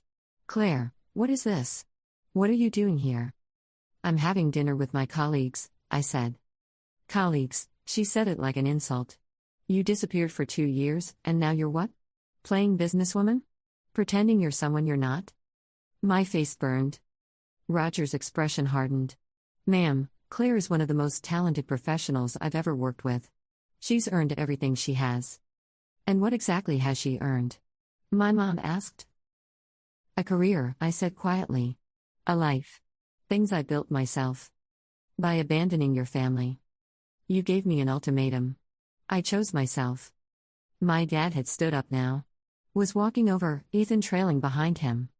Claire, my dad said. His voice was low. Controlled. The way it always was when he was furious. You need to stop this. Stop what? This scene. You're embarrassing yourself. I'm not the one who walked over here. We're your family. We have a right to talk to you. You gave up that right when you told me I was selfish for wanting to go to my own graduation. That was 2 years ago, my mom said. You're still upset about that? Claire, grow up. It was one ceremony. Get over it. Something in me snapped. It wasn't one ceremony, I said. My voice was shaking. It was everything. My whole life. Every time Ethan messed up, I had to disappear so he wouldn't feel bad. Every time he failed, I had to succeed quietly. I was invisible. That's not true, my dad said. It is. And you know it. Ethan finally looked up from his phone. Saw Roger. Saw the table. Saw the fancy silverware, the way I was dressed. What is this? He asked slowly. She's working, my mom said. Ethan's eyes narrowed. He looked at Roger again. Looked at me. Working. Right.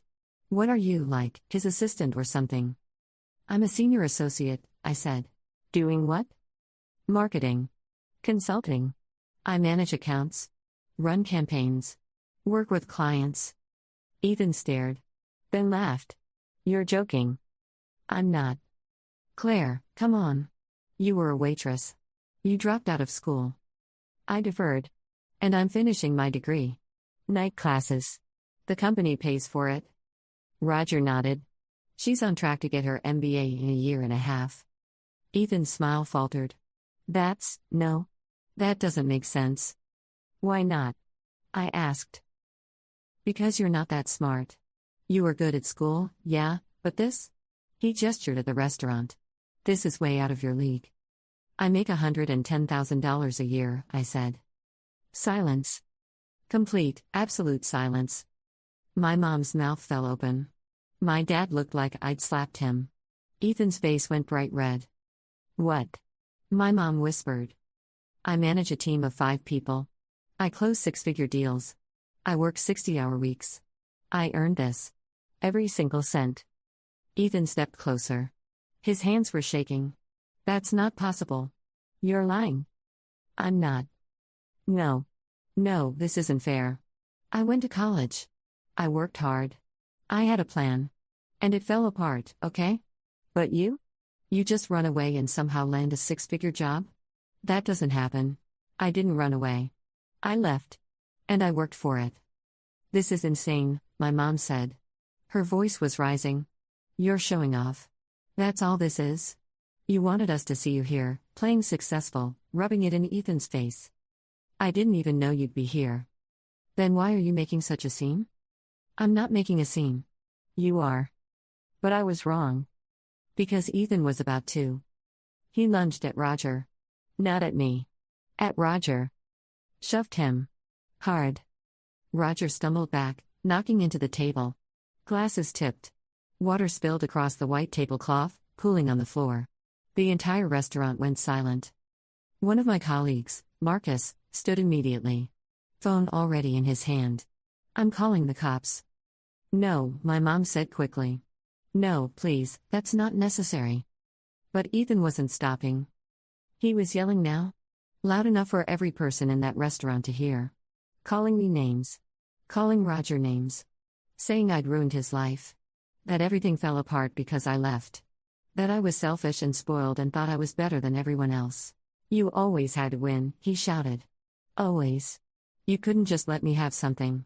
You had to take it? You had to be perfect. I'm not perfect, I said.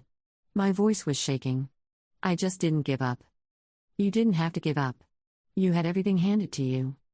I had nothing handed to me. I built this. By myself. Because you walked away from your family. You think that makes you strong?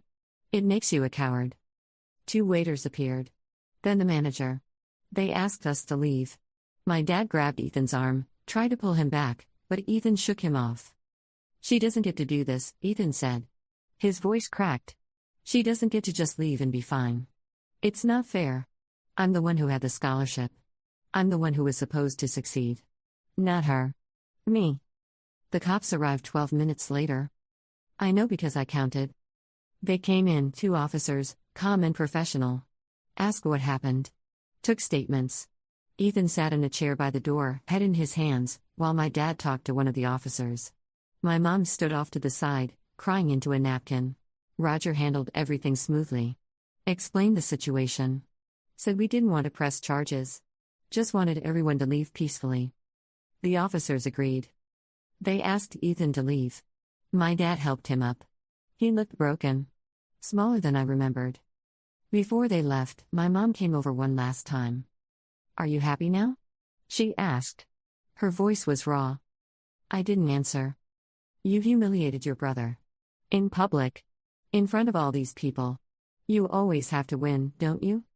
I wasn't trying to win anything. You were flaunting it. Flaunting your success. Making sure we saw how well you were doing without us. I didn't ask you to come over. I didn't ask for any of this. You didn't stop me either. You could have come to the table. Talked to us quietly. But no. You had to make sure everyone knew you were better than us. I don't think I'm better than you. Yes, you do. You always have. She turned to leave, then looked back. You broke this family, Claire. I hope you know that. Ethan was doing fine until you left. He was pulling himself together. And then you disappeared, and he fell apart. This is your fault. She walked away. My dad didn't say anything to me. Just followed her out. Ethan didn't look at me at all. And then they were gone. The restaurant was still silent. Every person was staring. Roger put a hand on my shoulder. "You okay?" I nodded. But I wasn't. We didn't stay for the rest of dinner. The mood was ruined. Roger paid the bill, apologized to the staff, and we left. He drove me home. "You don't have to talk about it if you don't want to," he said. "There's nothing to talk about." "Claire." "What?" "That wasn't your fault. You know that, right?" I didn't answer.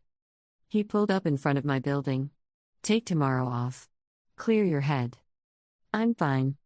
"Take it anyway." I got out of the car. Went upstairs. Sat on my couch in the dark for 3 hours, staring at nothing. Around 2 in the morning, my phone buzzed. A text from Ethan. "You win. Happy now?" I stared at it for a long time. Then I blocked his number. I didn't take the day off.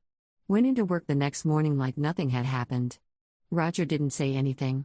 Just gave me a project to focus on and left me alone. 3 days later, I got a voicemail from my mom. "Claire, honey. It's me. I just wanted to say, I'm sorry. For everything. For what happened at the restaurant. For what we said. For how we've treated you. I know it's too late. I know you probably won't forgive me. But I needed to say it. I love you. I've always loved you. I didn't know how to show it. I'm so sorry." I listened to it 4 times. I never called back. Not because I didn't want to. Part of me did. Part of me wanted to hear her say it again. Wanted to believe she meant it. Wanted to go back and fix everything and have a family again. But I couldn't. Because it wasn't just about the apology. It was about everything that led to it. Every time they chose Ethan. Every time they made me smaller. Every time they told me I was asking for too much. An apology doesn't erase that. A few weeks later, Amanda asked me about it. We were sitting in the living room, eating takeout, watching some terrible reality show. "You've been quiet lately," she said. "I'm fine." "You're not. What happened?" I told her. Everything. The dinner, the fight, the texts, the voicemail. When I finished, she was quiet for a long time. "Are you going to call her back?" she asked. "No." "Why not?" "Because some things don't need a response." She nodded. "Fair enough." We went back to watching TV. The months passed. I threw myself into work. Took on more projects. Traveled more.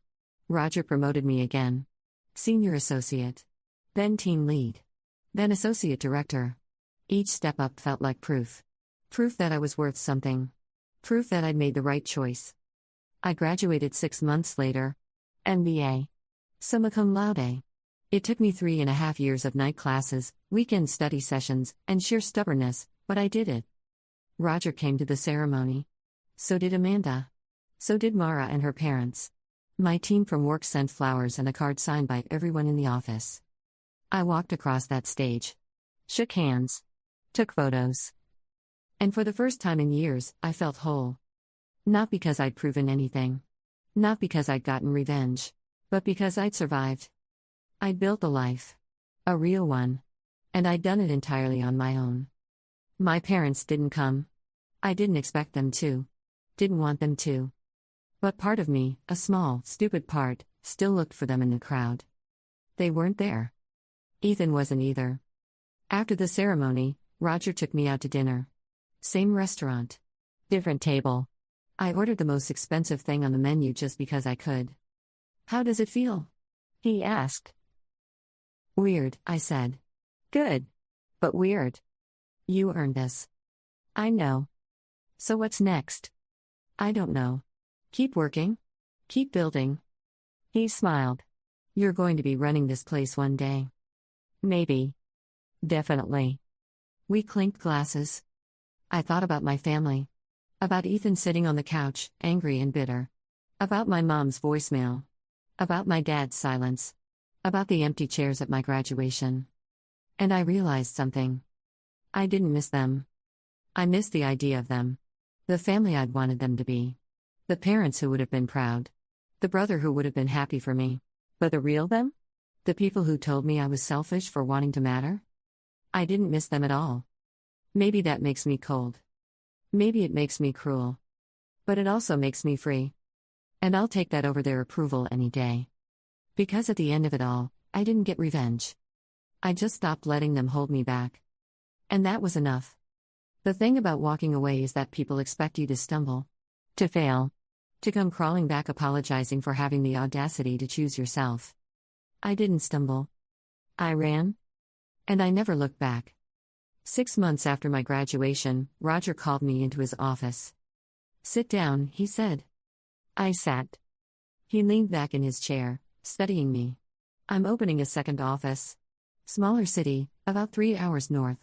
We need someone to run it. Build the team. Manage operations. Full autonomy." I waited. "I want you to do it." "Me?" "You. Vice President. You'd report directly to me, but the office is yours. Hiring, strategy, everything. Salary's $140, plus equity." I couldn't breathe. "You don't have to answer now," he said. "Think about it. But Claire, you're ready for this. I wouldn't offer if you weren't." I took the job. Of course I took the job. I moved 3 weeks later. Found an apartment with floor-to-ceiling windows and a view of the river. Bought real furniture. The kind that wasn't from thrift stores or assembled from flat-pack boxes. I hung art on the walls. Made the space mine. I built the office from the ground up. Hired my own team. Trained them the way Roger had trained me. We landed clients within the first month. Big clients. The kind that put us on the map. Roger called every week to check in. Not because he didn't trust me. Just to see how I was doing. To offer advice when I asked for it. To celebrate wins. One night, about a year into running the new office, I got a message on social media. From Mara. "Hey. I know this is random. But I thought you should know. Your mom came by my parents' house last week. Asked if I knew where you were. I didn't tell her anything. Just wanted to give you a heads up." I stared at the message for a long time. Then typed back, "Thanks for letting me know. I appreciate it." She responded immediately. "You doing okay?" "Yeah. I'm good. Really good, actually. Proud of you, Claire. Always have been." I cried when I read that. Not sad tears. Just tears. Because sometimes people surprise you. Sometimes they show up when you need them. Sometimes they're proud of you even when your own family isn't. I never heard from my parents again after that. I don't know if they kept looking for me or if they gave up. I don't know if Ethan ever got his life together. I don't know if they talk about me at family dinners or if they pretend I never existed. And I've made peace with not knowing. Because here's the thing about revenge: real revenge isn't about hurting someone back. It's not about making them feel small or proving you're better. Real revenge is building a life so good that you forget why you were angry in the first place. I forgot. Not all at once. Not overnight. But slowly, over time, the anger faded. The hurt softened. And what was left wasn't bitterness or resentment. It was just life. A good life. My life. 3 years after the restaurant incident, I ran into someone from high school at a conference. Rachel. We'd been in yearbook together. "Claire?" she said. "Oh my gosh, it's really you." We got coffee. Caught up. She told me about her job, her husband, her kids. I told her about the firm, about the office I was running.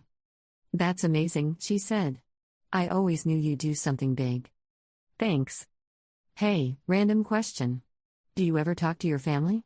I ran into your mom at the grocery store last year and she seemed, I don't know, sad. I took a sip of my coffee. We don't talk anymore. Oh. I'm sorry. I didn't mean to. It's okay. It's better this way. She nodded slowly. Yeah. I get that. Some bridges are meant to burn. Some bridges are meant to burn. I'd never thought of it that way. But she was right. I didn't burn that bridge out of spite. I burned it because it was the only way to move forward. And I haven't looked back since. 5 years after I left home, I got promoted again. Chief Marketing Officer. The youngest in the company's history. Roger called it inevitable. I called it surreal. I bought a house.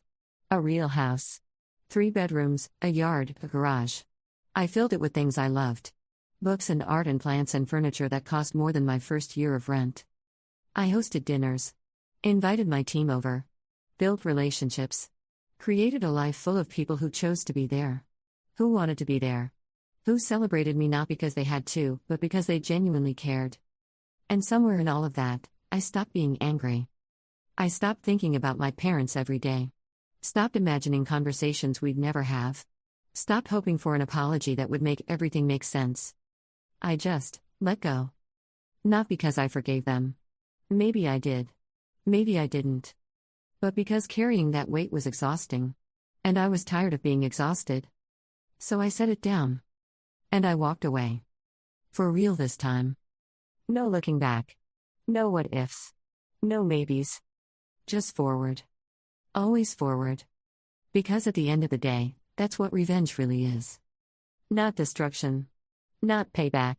Not proving someone wrong. It's building something so beautiful, so complete, so entirely yours that the people who try to keep you small become irrelevant. They become background noise. A distant memory.